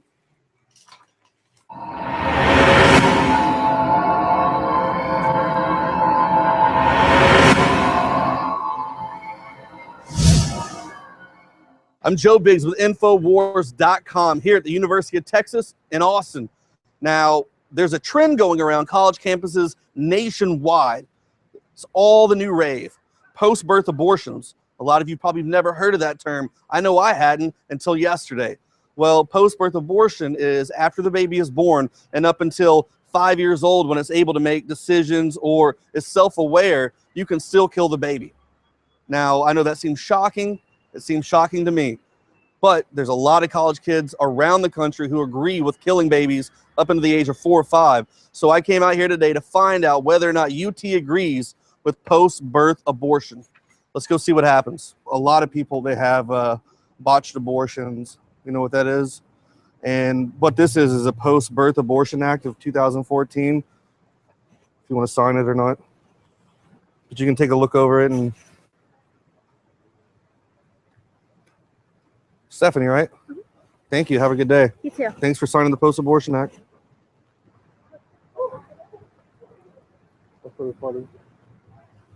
No, I can't support stuff like that. Why can't you support stuff like that?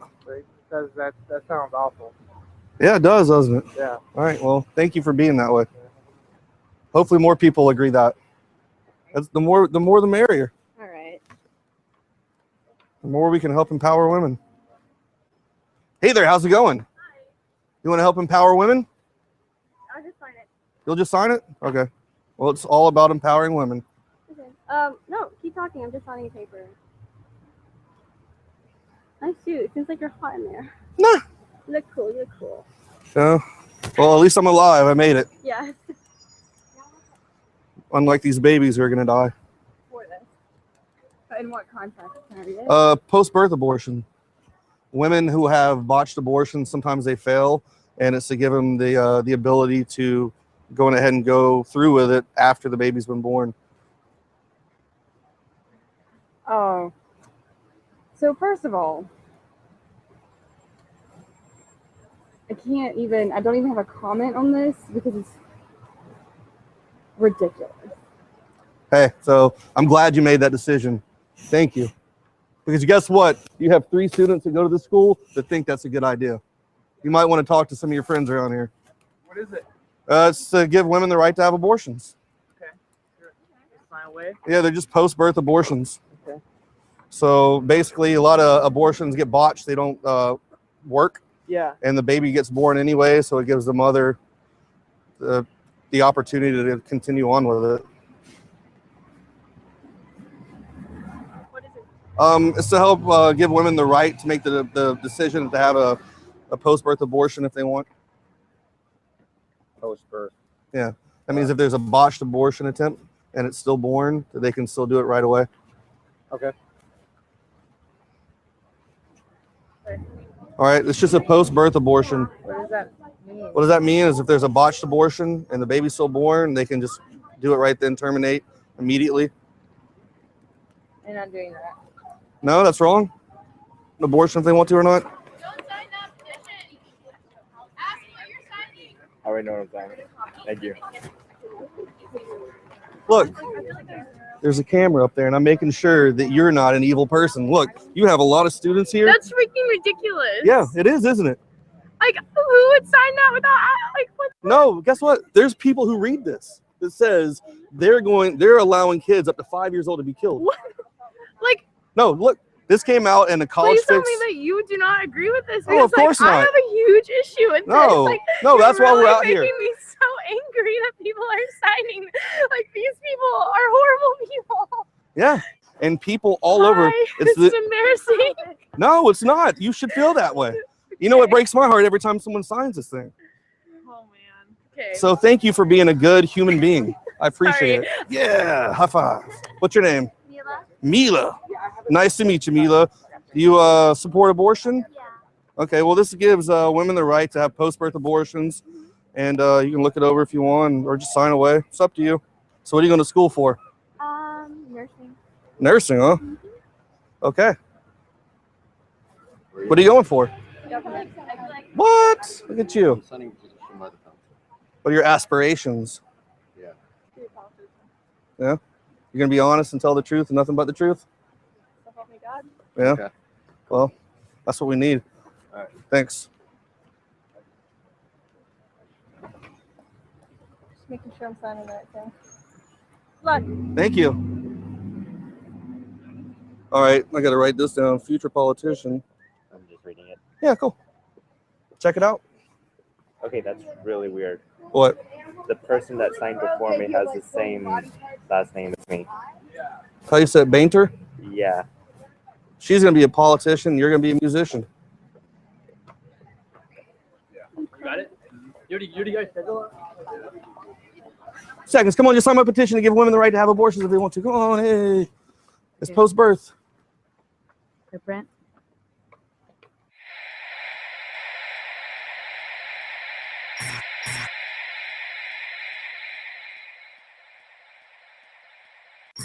You want the best that's out there at the lowest price anywhere? Well, we're bringing you a total win-win. The ultimate value, cutting-edge, trailblazing game changer that also supports the InfoWar. We have produced a limited run of DNA Force, and it will take up to 12 weeks to produce more once we sell out. Secure your DNA Force today at InfoWarsLife.com or call toll-free 888-253-3139. DNA Force from InfoWars Life. Infowars.com live election coverage, November 4th, starting at 6 p.m. Central. Interviews, analysis, and results. Go to prisonplanet.tv or watch the free streams at infowars.com/show.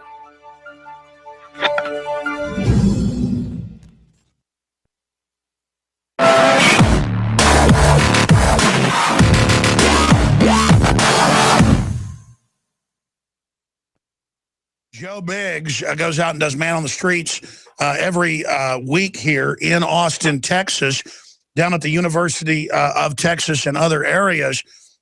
And we saw an article yesterday trending, more college students support post-birth abortions. And then that harkened back to articles in the Journal of Medical Ethics saying that it was very moral if you wanted to kill your child up to age 3, even if they didn't have a problem. It's or the state wants to kill. And then, you know, it's kind of moral now to just put troops on death lists and not give them care. And when you go out and talk to trendies, if you say, for the state or for Obama, we want to kill the babies or kill small children, they say, of course. It'll give me something more. They believe in this predatory, cannibalistic mindset. And 13 out of 30 people, then some of the others were on the fence, so it's about half. About half the people he talked to said, yes, let's have post-birth abortions, which is infanticide. It's an oxymoron, but that's how they're selling it. And so, you know, I mean, this is a liberal thing. I mean, you know, we need to kill children up to age 5, because now they're saying age 5, and it's the new super trendy thing. So Joe Biggs, we haven't seen the video yet. It'll be on the nightly news tonight, or if we get behind, it'll be premiered on the radio/TV tomorrow. But we thought UT students were dumb when they wanted to bring Ebola patients to their homes, because we said for Obama, and they said, yes, it's very racist. We should bring them to our homes. Of course, they won't really do that. They want you to take them in your home. Statistically, it shows these so-called progressives are 6 times more likely to steal in major studies. They lie. They claim they're charitable. They're not as libertarians and conservatives that are charitable. We just want to control how we're charitable to real charities. Tell us what you found, Joe Biggs, and I want to get the take here from Steve Quayle. I'm going to tell you right now, Alex, a little piece inside of me died today with this. I mean, it broke my heart to see the first person I talked to was willing to sign it. They read it completely, word for word. Please support the Post-Birth Abortion Act of 2014. This is to emphasize that the moral status of the newborn baby killed is comparable with that of a fetus rather than that of a child. Therefore, we claim killing a newborn could be ethically permissible in all the circumstances where abortion would be. And they read it. And I looked them in the eyes and I watched them read it. And they signed. These people are demon creatures. And one right down here, Danielle, I won't say the rest of her name, wants to be a future politician. That is her goal, to be a politician. Another a nurse. And the thing is, some of them are well-spoken. They go, yes, it's very racist if we don't bring the Ebola patients here. Or, yes, we need to kill babies.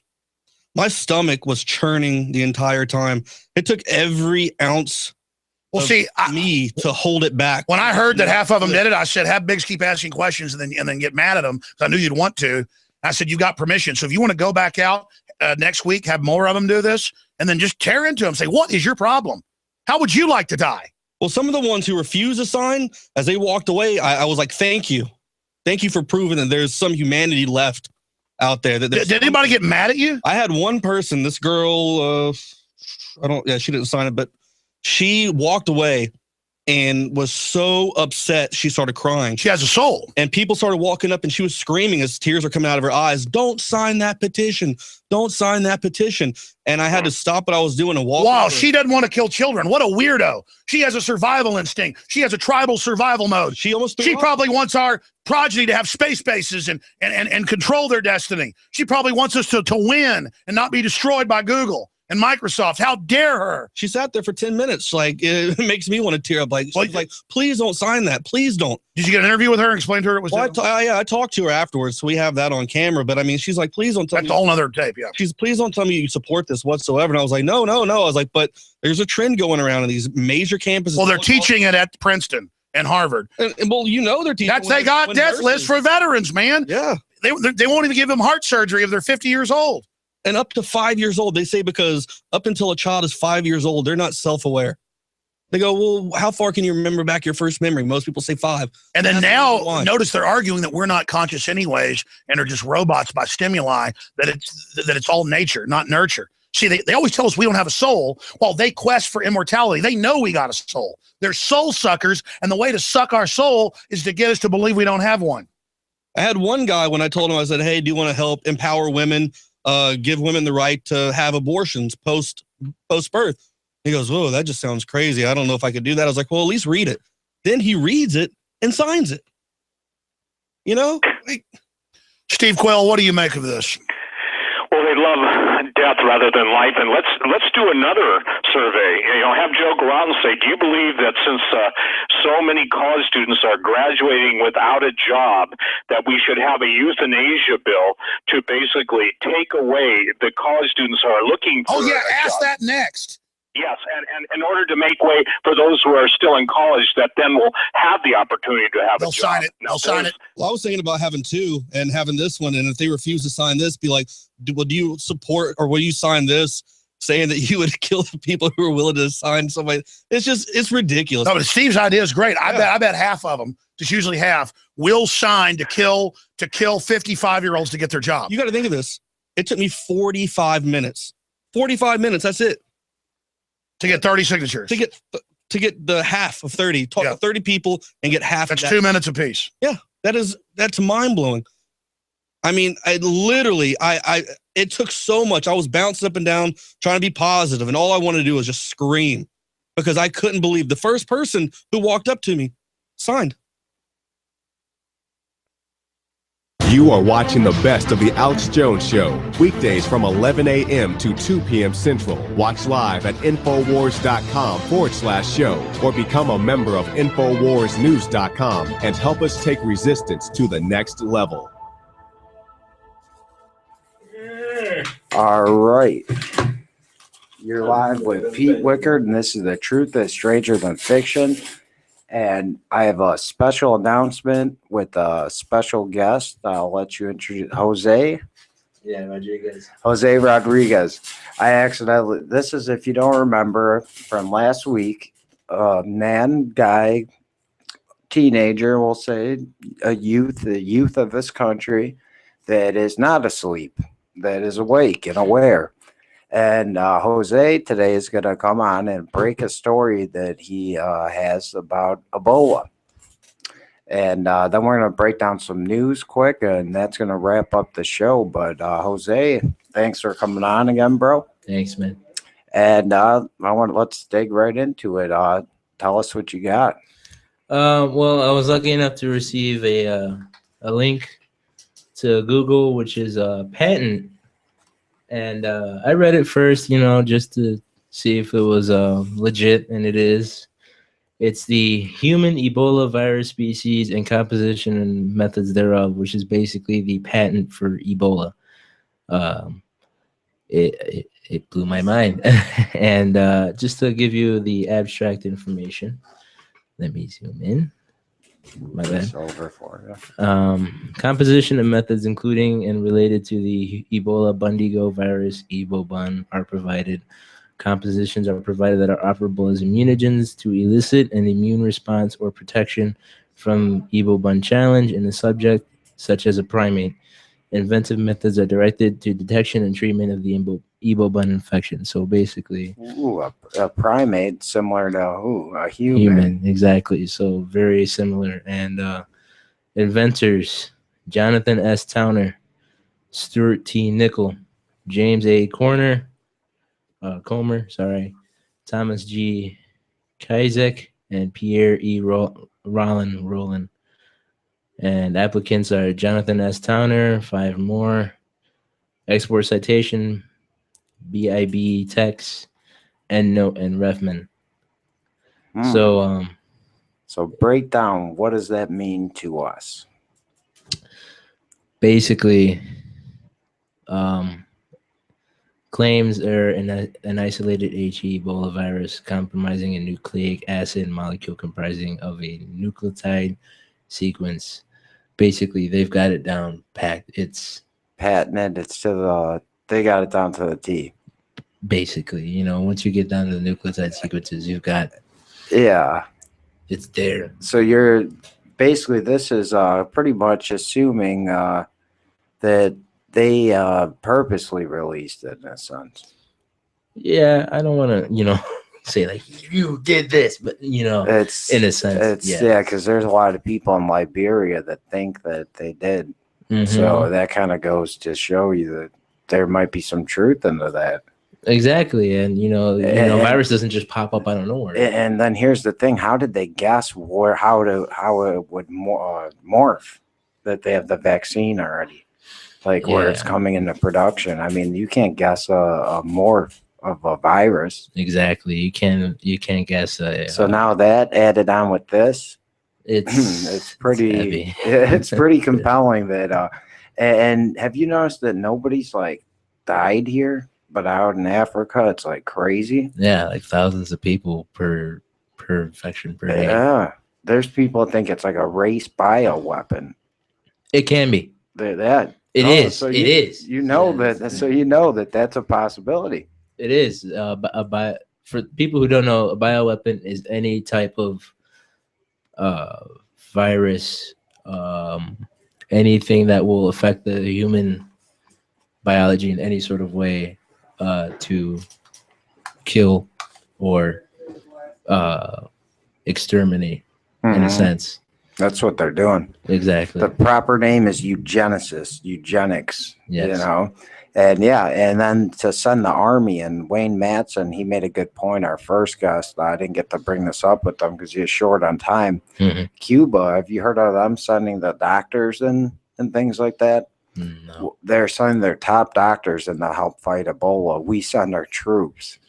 That makes no sense. AFRICOM, and based out of Germany, it's we're trying to take them over. So if you release an Ebola and destroy certain governments, you could then come in, pose as the saviors, and fix, give them the magical vaccine that they have, the experimental drug that somehow all the U.S. people survive from something, and yeah, then all of a sudden they're the saviors and they take over. And Professor Griff from Public Enemy actually predicted that in what is Alex Jones' film, The Obama Deception, that they were going to go to Africa and they were going to use something like that to go.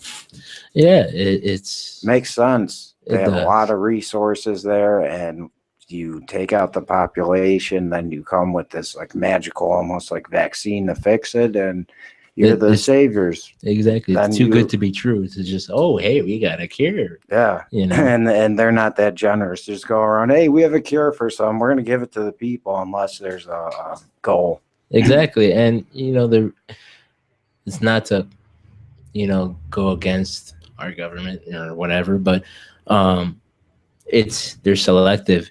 It's people who they deem important that get a cure, which to me makes it's stupid. Like, say, the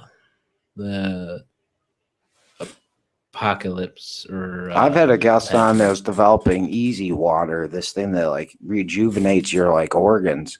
They sabotaged his operation, like literally like blew up a tank.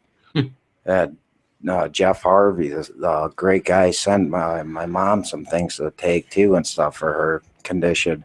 So I mean, yeah, they literally will go to they'd rather murder you than give you a cure. It's sad, you know. It's like, unless you're in a political office or you're important to society and their views, you're not going to get anything. And even listen to this, former CBS reporter releases video showing feds hack computer. Okay, so even, you know, like people, like they think, oh, I'm in CBS, I work for CBS, you know, I work for the government in a sense. No, they're hacking your computer too. No, they watch everyone. They keep everyone on check. And now the CDC, from a guest we've had here on the show, Mikhail Thalen. I always call him Mikhail when he's on. Now I get it right. Mikhail Thalen. He wrote about how the CDC now says Ebola droplets can spread 6 feet, not 3. Yeah. First is it doesn't spread. And even in the article or the information you had, they don't admit, they say primates, like, well, they admit to it, but they use this, like, you know, term that makes you not think it's us. You know, primates are very closely related to humans. Yeah. Not chimpanzees or that it's like, and it's happened in a study before. Did you know that? No. Where they had a bunch, it was Ebola too. And it was like, I want to say like 10 years ago. And whoever they put next to the sick primate would die. And they noticed it was spreading via the air. So they killed them all. Yeah. So that's what made me say in June that it was airborne already. Yeah. As I said in the last video, as I said, you know, being in the vicinity of something means it's airborne if you're infected, not blood to blood contact, not skin to skin contact. It's if you're talking to someone, as I said before, and you get infected, it's classified as airborne. Yeah. And on top of that, bro, have you seen any of these videos like where there's people coming, they're bringing somebody into a military aircraft and the pilots walk out with no protection? There's a guy that touches the gurney with his hands right after. I mean, either he's got a cure, like you said earlier, like on the site, or he's either, sorry to say, retarded or something. I mean, like he has a death like wish, because I don't see how that. And then I found out, I don't know if you heard about this, it was in a Simpsons episode. Oh, and no, Marge is wearing a lime green like dress like she usually does. Bart says something about Ebola. He's in the bed.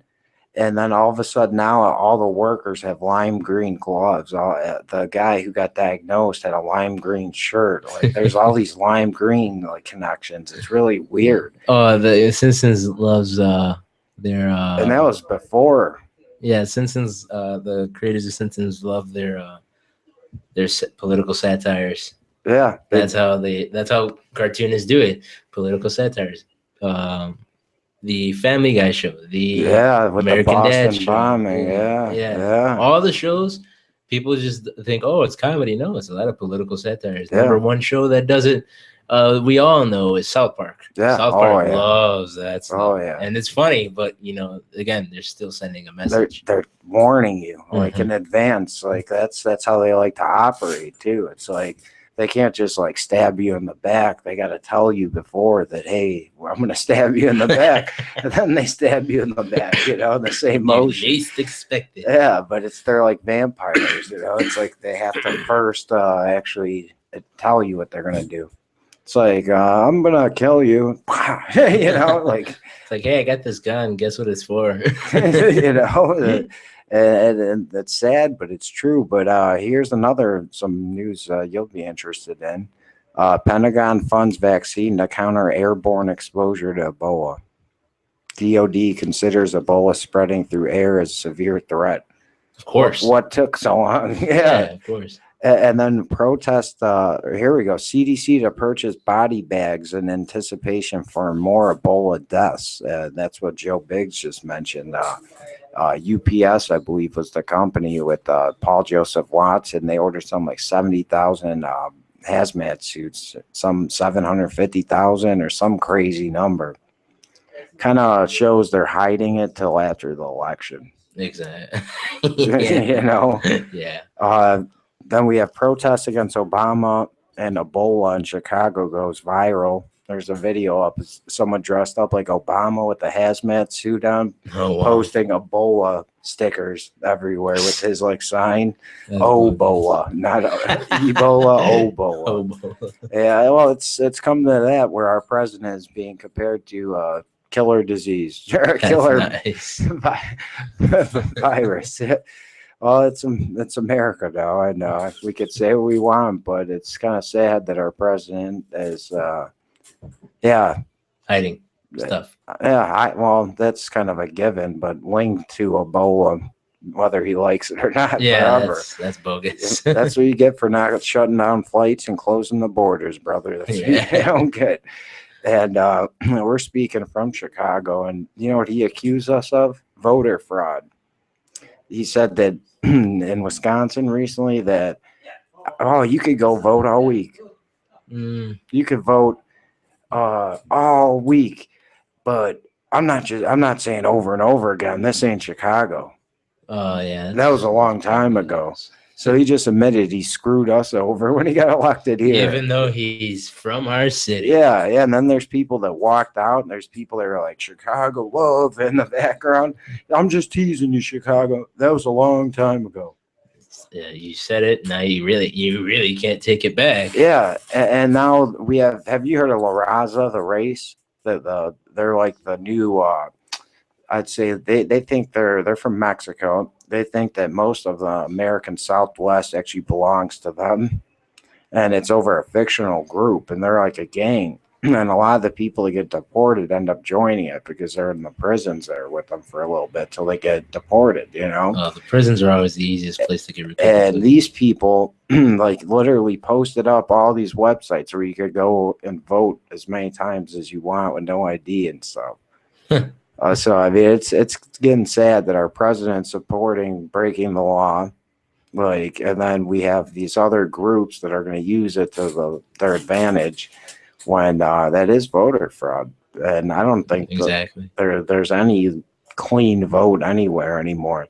But for Obama to point Chicago out like that, oh God, that means Rahm Emanuel will never leave office.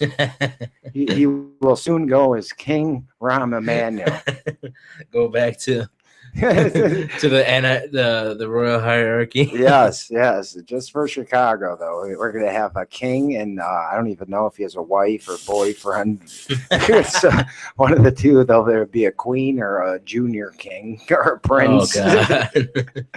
But Prince Emmanuel. Hey, his dad, Wayne Madsen, NSA, man, it did a lot of research. His dad was a Mossad agent, a terrorist. He blew up American vets coming home from World War II, man, already. Yeah, he's in office? Yeah. That's kind of his brother The show, what is it? House of Cards is based off of him, Ari. Oh. And then his other brother wrote parts of Obamacare and has death panels and supports death panels, killing grandmas, man.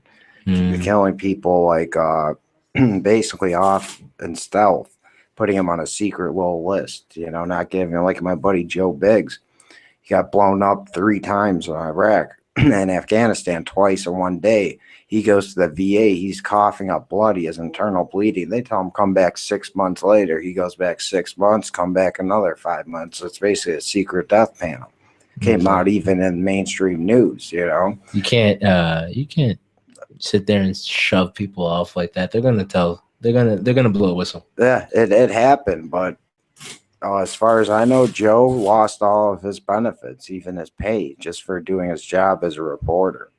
No, he went to the conference when they first announced the Ebola guy. Mm-hmm. He was the one that asked Rick Perry, "Why aren't you stopping flights?" I don't know if you've seen that. He screamed out, "Hey, why don't you stop flights from West Africa?" And they laughed at him. It's foolish. Can you believe that they laughed at a question like that? That's the stupidest thing. And this guy could be president, they're saying, Rick Perry. And he's laughing, and he's in Texas where the first case is. Then they send, like I said, that judge in there with the sheriff, and the sheriff had to be in quarantine, you know? But the judge was not. No, after admitting he drove his daughter to school in the same clothes. Yeah, it's you know, so it's craziness. I mean, like you said, the people like him will get health care treatment, and then my buddy Joe, who fought, you know, for our rights, for our freedoms overseas, like you're gonna be, basically get screwed over when he gets back. And he is a hero out there. I mean, he stopped a terrorist attack that never came to light. And has the footage. I mean, they had targets chosen, New York circled. Money, glass bullets, because you can't stop. You'll just bleed out if you get hit with them. They had a lot of stuff. Joe and his unit stopped it. Joe took a metal detector to the wall. Once he heard the beeps, they ripped it up. They found mimes. They found all sorts of stuff you wouldn't believe. Like, unbelievable. Just enough to do whatever they wanted. They had a lot of money to do that. 2 plane tickets. U.S. dollars, so he single-handedly helped stop a terrorist attack, you know? Which people should be thankful for. It wasn't even in the news. Exactly. It's sad how, you know, the heroes get screwed over, and they're basically, you know, as you said, quote term, unsung heroes. But, you know, the guy who I'm sorry, I'm going through a mental block, but like the guy who takes the credit is the guy who didn't do jack shit. Yeah.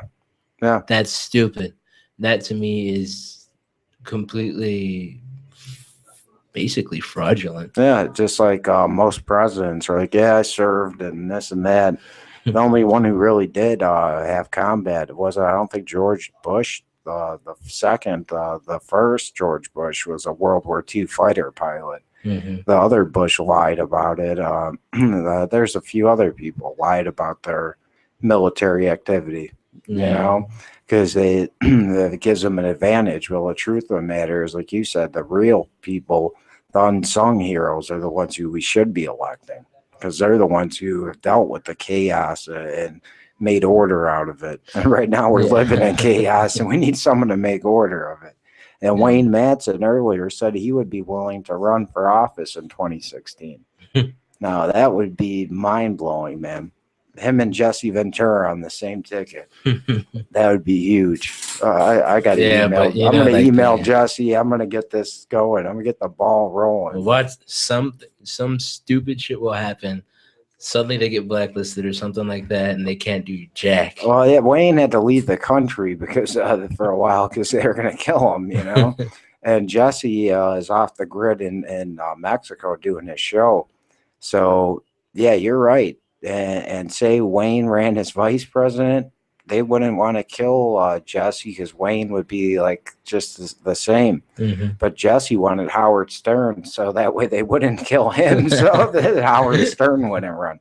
But I think that was the downfall of his chances right there. Yeah. If he would have said Ron Paul, that would have been unbelievable. But Ron Paul is going to run against Rand, who we actually exposed on this show as being a mainline Republican, man. He's nothing like his father. Yeah. And the reasons we have behind that is that takes money from Israel. He goes to Israel. He's starting to get in with the people that give money for the campaigns. He basically, to me, could be like Obama, man, but the white Obama. Like, he's going to come in like Constitution, like Obama did. Like, we got to obey the Constitution, enough with these big businesses, and then just do the exact same shit. Yeah, just basically be a giant ass hypocrite. He'd be like a giant Obama Bush.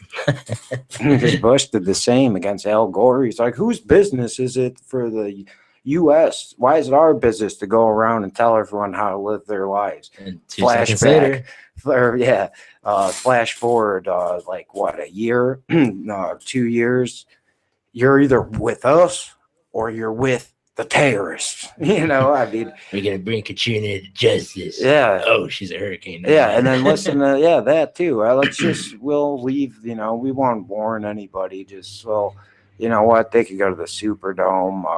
We're not even gonna call up the emergency office. Yeah, they just let it happen. Then they give the people trailers with asbestos in it. Yeah. You know, so it goes to show you the government can't and will not take care of you in times of need. Unless you are an important figure of some type. There you go. Unless you are an important figure of some type, it's really hard to get proper treatment. And, you know, I'm not like, oh, I'm totally against it. It's common sense. It's been proven. Yeah. And, like, God knows how many movies made representations of it. It's just proven by life. I mean, look at Magic Johnson. Dude has AIDS, right? Yeah. He looks like he could go out and ball right now. Like, he could go out. He's like in as good a shape. He's in better shape than Shaq, Charles Barkley. You know, like the comfort belly has not set in. Man, I'll even go more recent, man. The guy looks like he's in better shape than a lot of active players at this point. Like, he's in better shape than Derrick Rose and Joakim Noah through the first game of the season. You know, I mean, look at even Michael Jordan. Michael Jordan doesn't look as good as when he played. Magic Johnson looks like he got swoller after AIDS. And AIDS doesn't do that. You get you get muscle atrophy. Like, and I'm not talking about his face because they do the shots. You know? No, I'm talking about like his the body muscles. type in general. You get muscle atrophy. You can barely move sometimes. Like, there's a video of like this term butt pirate, because that was the name of the video, like dying from AIDS, and he's looks like a skeleton, like with skin wrapped over it. That's how really term would be not out of shape, but just like how malnourished he looked. Like he looked like he that's a good way to put it. 2-3 years out in the ocean, just came back, and he's still Tom Hanks from what is that, Survivor or whatever, that movie where he's lost on the island and stuff. Or like Life of Pi. You know, another great movie. But yeah, no, book. I agree. Let's see. Pro toothpaste hashtag hijacked by anti-fluoride activists. Yep. And it says, let's see. InfoWars puts out a call to hijack hashtag Sweet Halloween to inform parents about the dangers of fluoride. That is something. Do you know about fluoride? The anti-cavity. See, people. This is why Pete Wichert is definitely different than your next host. See, I'm not just here to try to show you people what's going on. I'm not here to tell you I'm better than anyone. I'm here to inform people. And Jose, tell them we met last week. For those who didn't see last week's show. And hi, Mom. Say hi. Yeah, show her. I mean, we're broadcasting worldwide right now on Spreaker, YouTube, live events, and we'll be passed down for as long as the government lets the internet run. Mm-hmm. But we met. He came on last week. I said, you want to come in and talk? And I've had other people do this a couple times before. Maybe not as successful as yours last time, but when we have events across the street, I like to go out and get people's take, and talk to people and have them on. And then Jose's work ethic, he pulls out this thing about Ebola and blows my mind. I mean, it's just anyone can find this thing. Anyone can find this stuff if they look. Yeah, mind you, this was on Google. My friend gave me the link, and Google, you can't screw around with that. It's not like Wikipedia. There's no homemade stuff. Yeah, it's information that's raw. Raw right data. There. He dropped sources.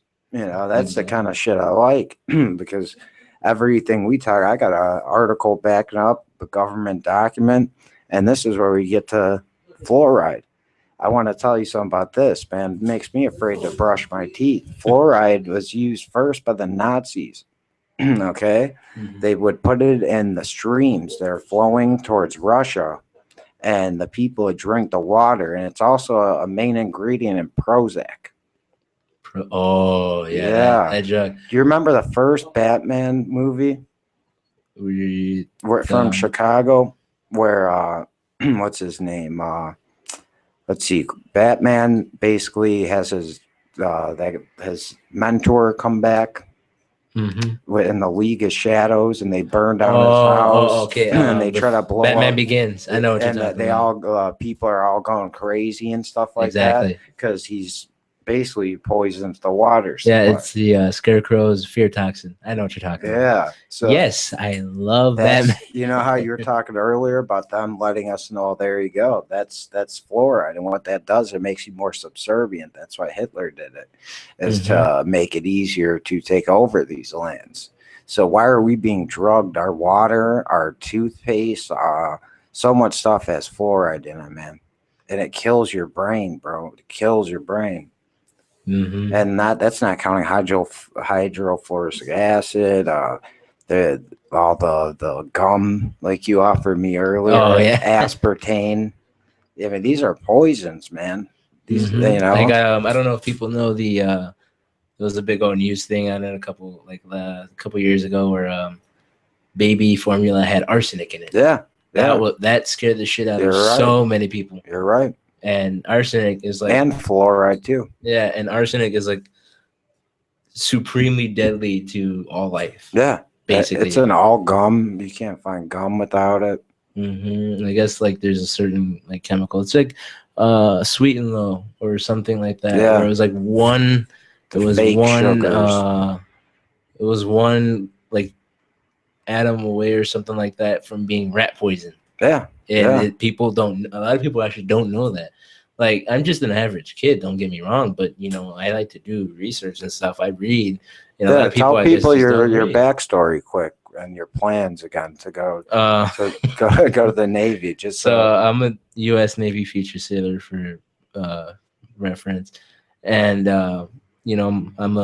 my job to be is aircraft specialist, which plans out in many different fields: mechanic, electrician, ordnance, all of which I can. So I'm gonna have a future source, baby, inside. Yeah, so I get good jobs. Basically, I thought ahead. A lot of people were like, "Oh, I want to kill people." No, I thought ahead. I don't want to be like those guys out in the street who, unfortunate war veterans who can't get past that battlefield time in their life, and they're broke, they're poor, they're on drugs. So I can work for Boeing or something like that when I get out. So I thought very ahead, thanks to my father as well. We've seen the benefits, we've seen the schooling. I can't afford the college route, the normal college route, and plus I know myself I'd be too lazy. So the military I'm smart, but I'm lazy. It's one problem with me. No one's perfect, man. Exactly, nothing's perfect. Yeah. So it's just my decision, my choice to serve my country as well. Like there's a difference between getting a degree and then getting and hoping for a job, and then knowing you have job skills out of like a certain school, and like you're immediately accepted into the job. Yeah. Which was like what the military provides, and that's, for me, that was a great option. It does. It really does. And everyone who gets out of the military is more prepared at your age than someone who wouldn't. If you do your 4 years or 8 years, and you're out, you're going to see things, done things that most people would never even dream of. Exactly. You know, and I get to do something a lot of people don't do, which for me is nice. Yeah, and as long as you remember that, you serve, you take an oath to serve and protect the Constitution against enemies, both foreign and domestic. That's all And that I have. matters. You know, That's something all future. That's what we do basically at MEPS. Once you're done with your medical and stuff, we all take the oath at the end. So I'm in the military now. I'm not, in uniform, but I am considered within the military. Just remember one thing, brother. Following a legal order makes you an accomplice. I just want to put that out there. So if it ever comes back, you got me in the back of your mind.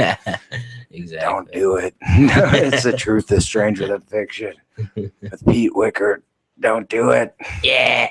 in the back of your mind. But so let's see. We have New York Times article here. U.S. Democrats count on edge with women to limit election losses. We have ABC News talking about international. It's in our ABCnews.go international wire story. Russia gas flow resume. Ukraine pays. Then we have another article about Chicago. I wanted your take on this. It's from copblock.org. Again, copblock.org. If you type in my name on their website, you'll see all the death threats. They supported me, and I can't thank them enough. So I wanted to cover their article. Chicago police to start swabbing in transit passengers' bags for explosives. So now if you ride the CTA here in Chicago, you have your headphones, right? And they see a wire sticking out. A wire that doesn't look. Yeah, it don't matter how the fuck it looks. They just see a wire sticking out. You're getting searched, bro. Yeah, it's. I guess it's a good way of like protection, but still, Why don't they hire people that don't fall asleep at the wheel and fly up the blue line? Did you see that at Jefferson Park? Right? Oh my God. That's right by my house. The idiot fell asleep at the wheel and drove up the stairway. Oh, it's so stupid. Why don't they worry about keeping their drivers awake? Why don't they worry about keeping a lot of things safe, like the streets? Yeah, no, I'd say we got about 10 more minutes left. I just didn't want to lose Danny here. He's going out to eat his Subway. Danny has a tendency to just run out and make me hungry. I have to pick food up for my mom after the show, and this guy has the nerve to go on break and come back with Subway. He's looking at him like you. And although I don't like Subway, just because I heard about the whole silicone and the bread and all that. Mm-hmm. Did you hear about that? I have not heard about that. The only reason I hate Subway is the prices. McDonald's chicken nuggets as well. Silicone. That's the stuff they use for like implants too. Ooh. Yeah, it is exactly, and they incorporated all that into the meat. That's disgusting. But no, hold on. Remember, you're chewing up implants. yeah, seriously, and that's why McDonald's stocks are really like going down. Yeah, they're bottoming out. I'm wondering when they're gonna go out of business finally. Like me personally, I don't eat fast food like McDonald's or Burger King. It's been years since I've had that, and I will continue that streak because that is heart attack city. That's disgusting. I don't like, like, hey, look, here's food. Let me dip it in a vat of grease, and here you go. Served within 5 seconds. Yeah, no, I just had someone requesting an interview right as we speak on air. I'll have to reschedule them, obviously not for today, but that's the kind of things it is when we're doing the show. We're multi and triple tasking at some points, Answering texts. But let's see. I think I got through most of this. I like this one as well. Covered that. Okay, so Ebola is now aerostable and can remain on surfaces from globalresearch.ca. Now that they finally let it out. So, I mean, basically with your patent info, and all this, we could say with about 75% certainty that that our government released it, and this wouldn't be the first time. And they have a cure. Yeah. They do have a cure. Which treatment methods mean cure. Which people. means, yeah. Otherwise, it would be experimental because Yeah. they're still, remember Alaska, experimental this and experimental that. Oh, here's one that's crazy. This is at, I don't know how to pronounce it. So sploid dot gizmo giz like GIS or jizz GIZ. I mean modo.com/new aeromobile. Flying car is one really cool trend. It's basically talk about how the flying car is not far away. Oh, of course. I mean, That's all been some great news for me living in Chicago. But fly over traffic. I got a feeling there could be some more damaging DUIs in that sense. And on top of it, they probably won't even let us fly the plane. It'll probably just a plane car. It'll probably just like take us wherever we have to go via like you just type in the address and boom. Yeah, like there was a nifty little invention they put on World's Dumbest, the show. Their version was World's Smartest Inventions, which was the boat car. Oh yeah, I've seen that. Drive it I've seen off that. into Yeah, the and it lake drives like at like 2 miles an hour. Yeah. I don't know, like the thing's so damn heavy. It's worse than the Wisconsin ducks. You got all those little white people, paid actors, like, yay, we're having fun, but we're going so damn. They're slow. going like literally like 2.5 miles an hour tops. No offense, I'm not racist. I'm just saying, for people who want to pull off, oh, he's racist. And one article I wanted to talk about is the NewYorkTimes.com. This is from Halloween World Asia section. And it's called Dan Garrett Hong Kong protest. And I would like to remind you that the New York Times got us into the second Gulf War, lying about weapons of mass destruction, lying about was it yellow cake from Africa and all that. Yeah. So we need to realize here that the New York Times is full of crap. So check out the Hong Kong protest, but take it with a grain of salt because they're full of shit. Okay, so realize there's probably an agenda behind this, and usually when they cover something, that means that it's not a legitimate. It is heavily biased. Yeah, heavily biased. That they favor it for a certain reason. It's like anytime you want to start a war, get the news on it, and then get like the evil side. I think there was like one truth to every 5 lies. Yeah, and that's being modest, very modest. One truth for every 7 to 10 lies. I'd say guesstimate, but I get your point. And we've blown so many stories that they've put out, like where they're using Photoshop and to try to get us to start war with Russia, saying that Russia invaded Ukraine. That's stupid. When it never happened, they used the same guy's picture that they used like 7 times before. So New York Times you cannot trust them. I always trust CBS people. Let's see. Israel and people in Israel and Palestine are taking separate buses. That war is never going to stop. That's kind of not smart then, because then wouldn't that make the bus a target? The entire bus is a giant target. Yeah. Now it's like instead of like we could have killed some of our guys on there too. Instead, it's like they're all Israelis. Yeah. And mind you, that war. The wars in general between my view on them is between Israel and Palestine. It won't stop until either one of them is in the ocean or they're all dead. Yeah, because it's a religious driven thing. Yeah, with 2 extreme religions not ready to compromise on anything. Yeah, like how long was like one of their peace treaties? Like freaking 2 days until the terrorists started bombing each other again. I think you're right. Stupid. I think it was exactly 2 days. It's so dumb, people's ideals. I wish it was like one religion. We believe in God, and that's it. No churches. Oh, listen to this. Chicago Tribune News local breaking snow possible. This is from Hawaii. Halloween. That'd be the day. Halloween. No, that'd be the day. This is from Halloween, right? And what did it do yesterday? Oh my God! It was sleeting. It was snowing, people. And does anyone find that a little weird? Danny, did you see any snow yesterday? Yeah. Thank you. What's I'm not your a point? conspiracy theorist. My point is that it's a little damn fucking early for snow, Danny. How do you feel about that? Okay. The extremes of each season is going wild.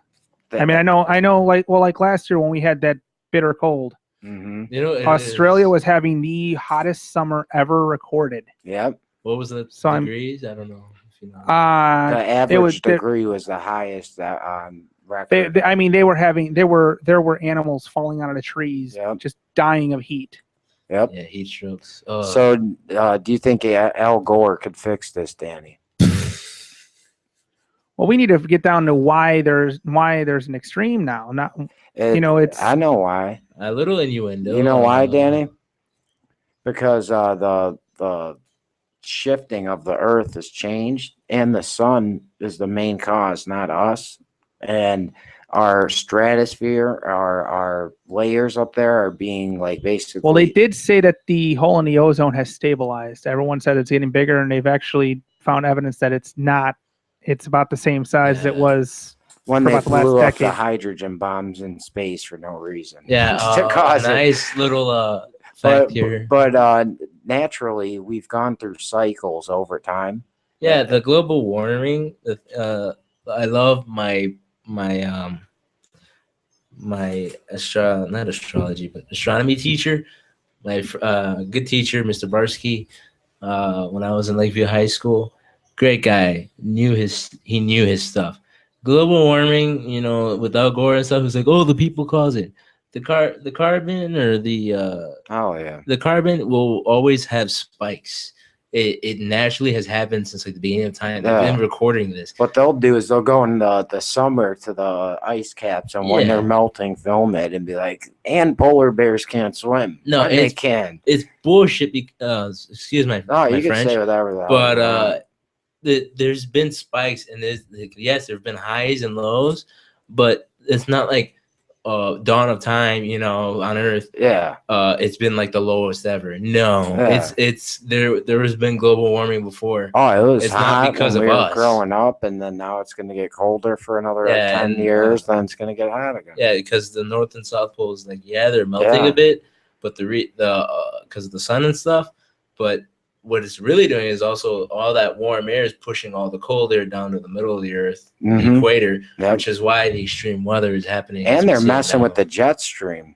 The Yeah. oil spill messed the jet stream up too. Mhm. Which brings a lot of. It could have caused an ice age in Europe. Oh God, if we had another one of those. You mean the Gulf Stream, not the jet stream? Oh, the Gulf Stream. Thank you.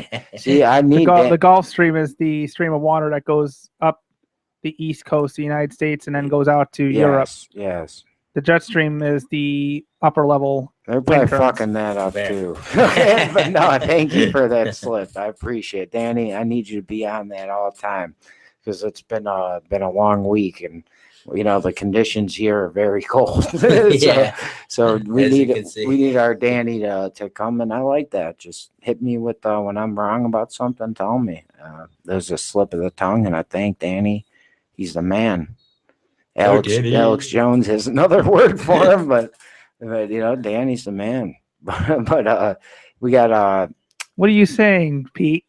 that the truth is stranger than fiction. Not the other one. But, Truth is stranger than fiction. no. So what do we think about Pete Wichert? We're just gonna start a Ask him. shit talking contest. Ask Alex quick. I just want to know. It's like you with that blonde hair and the black hair in the back. All right, Alex, don't make fun of me. I love you, brother. But but yeah, so we have Yemen. They pretty much give an ultimatum to their president. So we have more Middle East breakdowns. We have, let's see. I got a feeling Danny's up to something. Yeah, he's just staring at the game right now. He's like, yeah. We have Guardian talking about on October 30th of 2014, foreign jihadists in Iraq and Syria unprecedented. So ISIS is growing. Natural they have. news. Can I? You don't mind if I put? Yeah, go on. Go ahead. I don't know if people know, but ISIS has now. We have homegrown ISIS Oh terrorists. yeah. Perfect example is the attack. Jihadist had a hatchet and he attacked some cops up in New York. Why they're recruiting so much? I have no idea what they're appealing to. Block us on Twitter and block us on Facebook, me especially on Facebook, and they let them post up their stuff, and they reach people that are pissed. They're mad about how the world is, and if you get brainwashed enough, like all these guys, they're sitting there doing whatever they can to start a and they look revolution. at it's cool. I could go out, get guns, kill people, and get rich, and rape I women. get my 16 virgins. Exactly. So it's justified to just go out and cause havoc. I like this little funny video I seen where there was like a little blooper. It was like, you see like Bush in heaven with like 16 Virginians. It's like, you got it wrong, son. It's 16 Virginians up in That's a good one. But so we got a few more articles here. Let's see. Pentagon DoD personnel to handle Ebola on bodies. So the Department of Defense will handle the bodies. Interesting, because people are disappearing. We also have the nurse, Ebola quarantine, Casey Hickox. She refuses to go in quarantine. Oh yeah, I've heard of her. The doctor she got pissed. Spread it all, and like he's just admitted to that. And then the commonsense show.com from October 30th. Court won't force Georgia to find 40,000 it's 40,000 missing voters. Oh God. Well, I hope that's not as bad as it sounds. We have 40,000 people missing. We absolutely have no idea where they are. And then the last thing is activist post. Let's see, this is from I think the 10th of 2014 on October. The shackles return why debtors prisons, and they're talking about people who can't pay for Obamacare to go into prison. And that is so stupid because a lot of people cannot actually afford that. Yeah, no, you're right. It's actually really bogus plan. Like, you have to have Medicare, even though he says, "Oh, everyone can have Medicare for free." No, that's bullcrap. Yeah, that is complete bullcrap. Yeah, you're gonna have to pay something. Nothing on this planet is free anymore. Yeah, that's nothing. That's why you gotta look at Walgreens, CVS, free vaccines. When the hell do they care about you that much to give you anything free? It's like that hobo that robbed the bank for $1 so he could get free health care as a inmate, because they do. It's funny, they do get that. They get free health care if they're injured in any sort of way. Came out and admitted it like that, but he found a loophole like they do on us, right? Yeah, and it's kind of stupid. Like, in the inmates in prison, I'm not saying that it's bad in any sort of way, but it's kind of unfair to see that people who murdered, who've stolen and raped people, get better health care than the average guy who pays taxes. Yeah, these guys are doing practically and the people nothing. Coming over the border from every country, across the southern border, they get the same treatment. Yeah, and I'm not saying, I hate inmates. My cousin was an inmate. No, a lot of them are wrongfully accused, but I get the strategy that it's easier to go in there, get food, get health care, and survive these days when it comes down to how crazy the real world is. And I'm not saying, everyone's perfect. My cousin made mistakes in his life that cost him.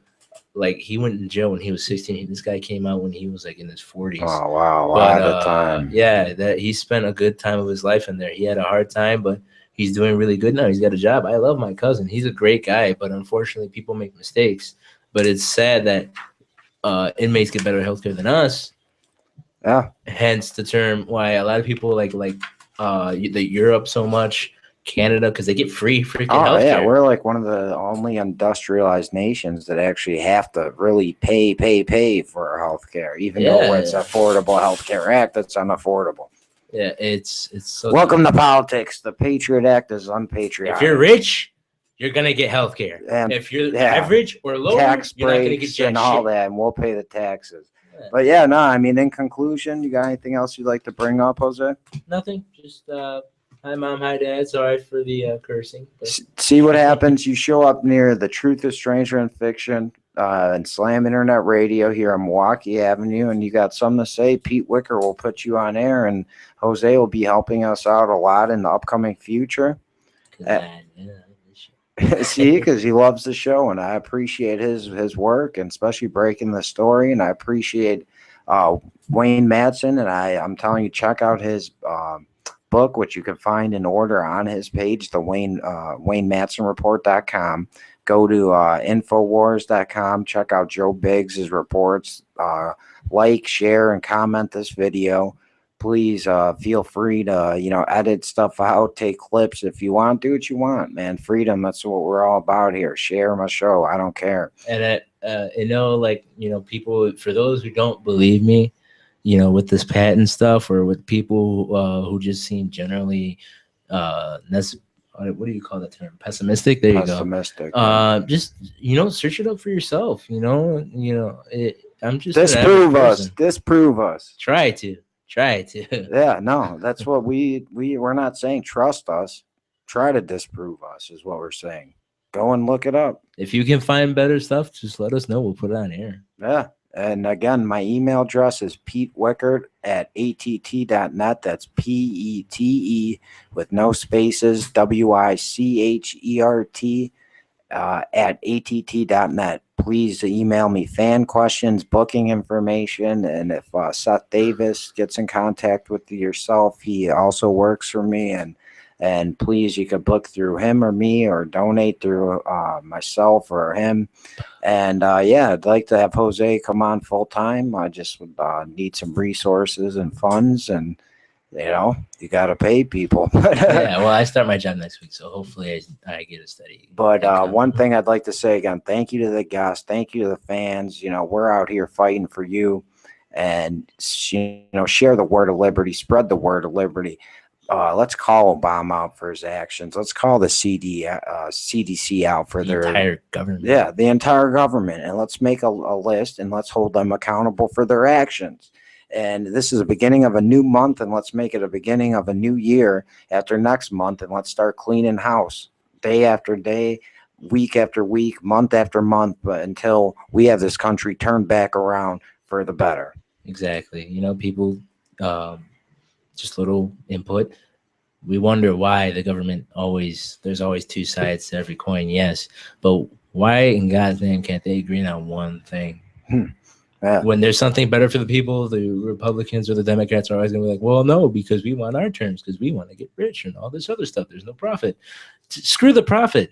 Like, seriously, it's for start us. worrying for the better people. Yeah. Like, not your wallet. It's for us. Yeah. You're not going to rule a kingdom without any people to rule over. Yep. You're just going to be by yourself. What's the good in that? Yeah, that's their plan. Sick bastards. But on that note, Jose, thanks for joining us again. Man. Appreciate it. And this was the 1st of November, 2014. Man, time is flying, and this was The Truth is Stranger Than Fiction Saturday broadcast. And again, thank you to everybody. Thank you, Danny, Mark, and everyone at Slam Internet Radio. Please support the show. Share, like, comment. This is Pete Wichert. And always remember, the truth is stranger than fiction, but the question is, can you handle the truth? See ya.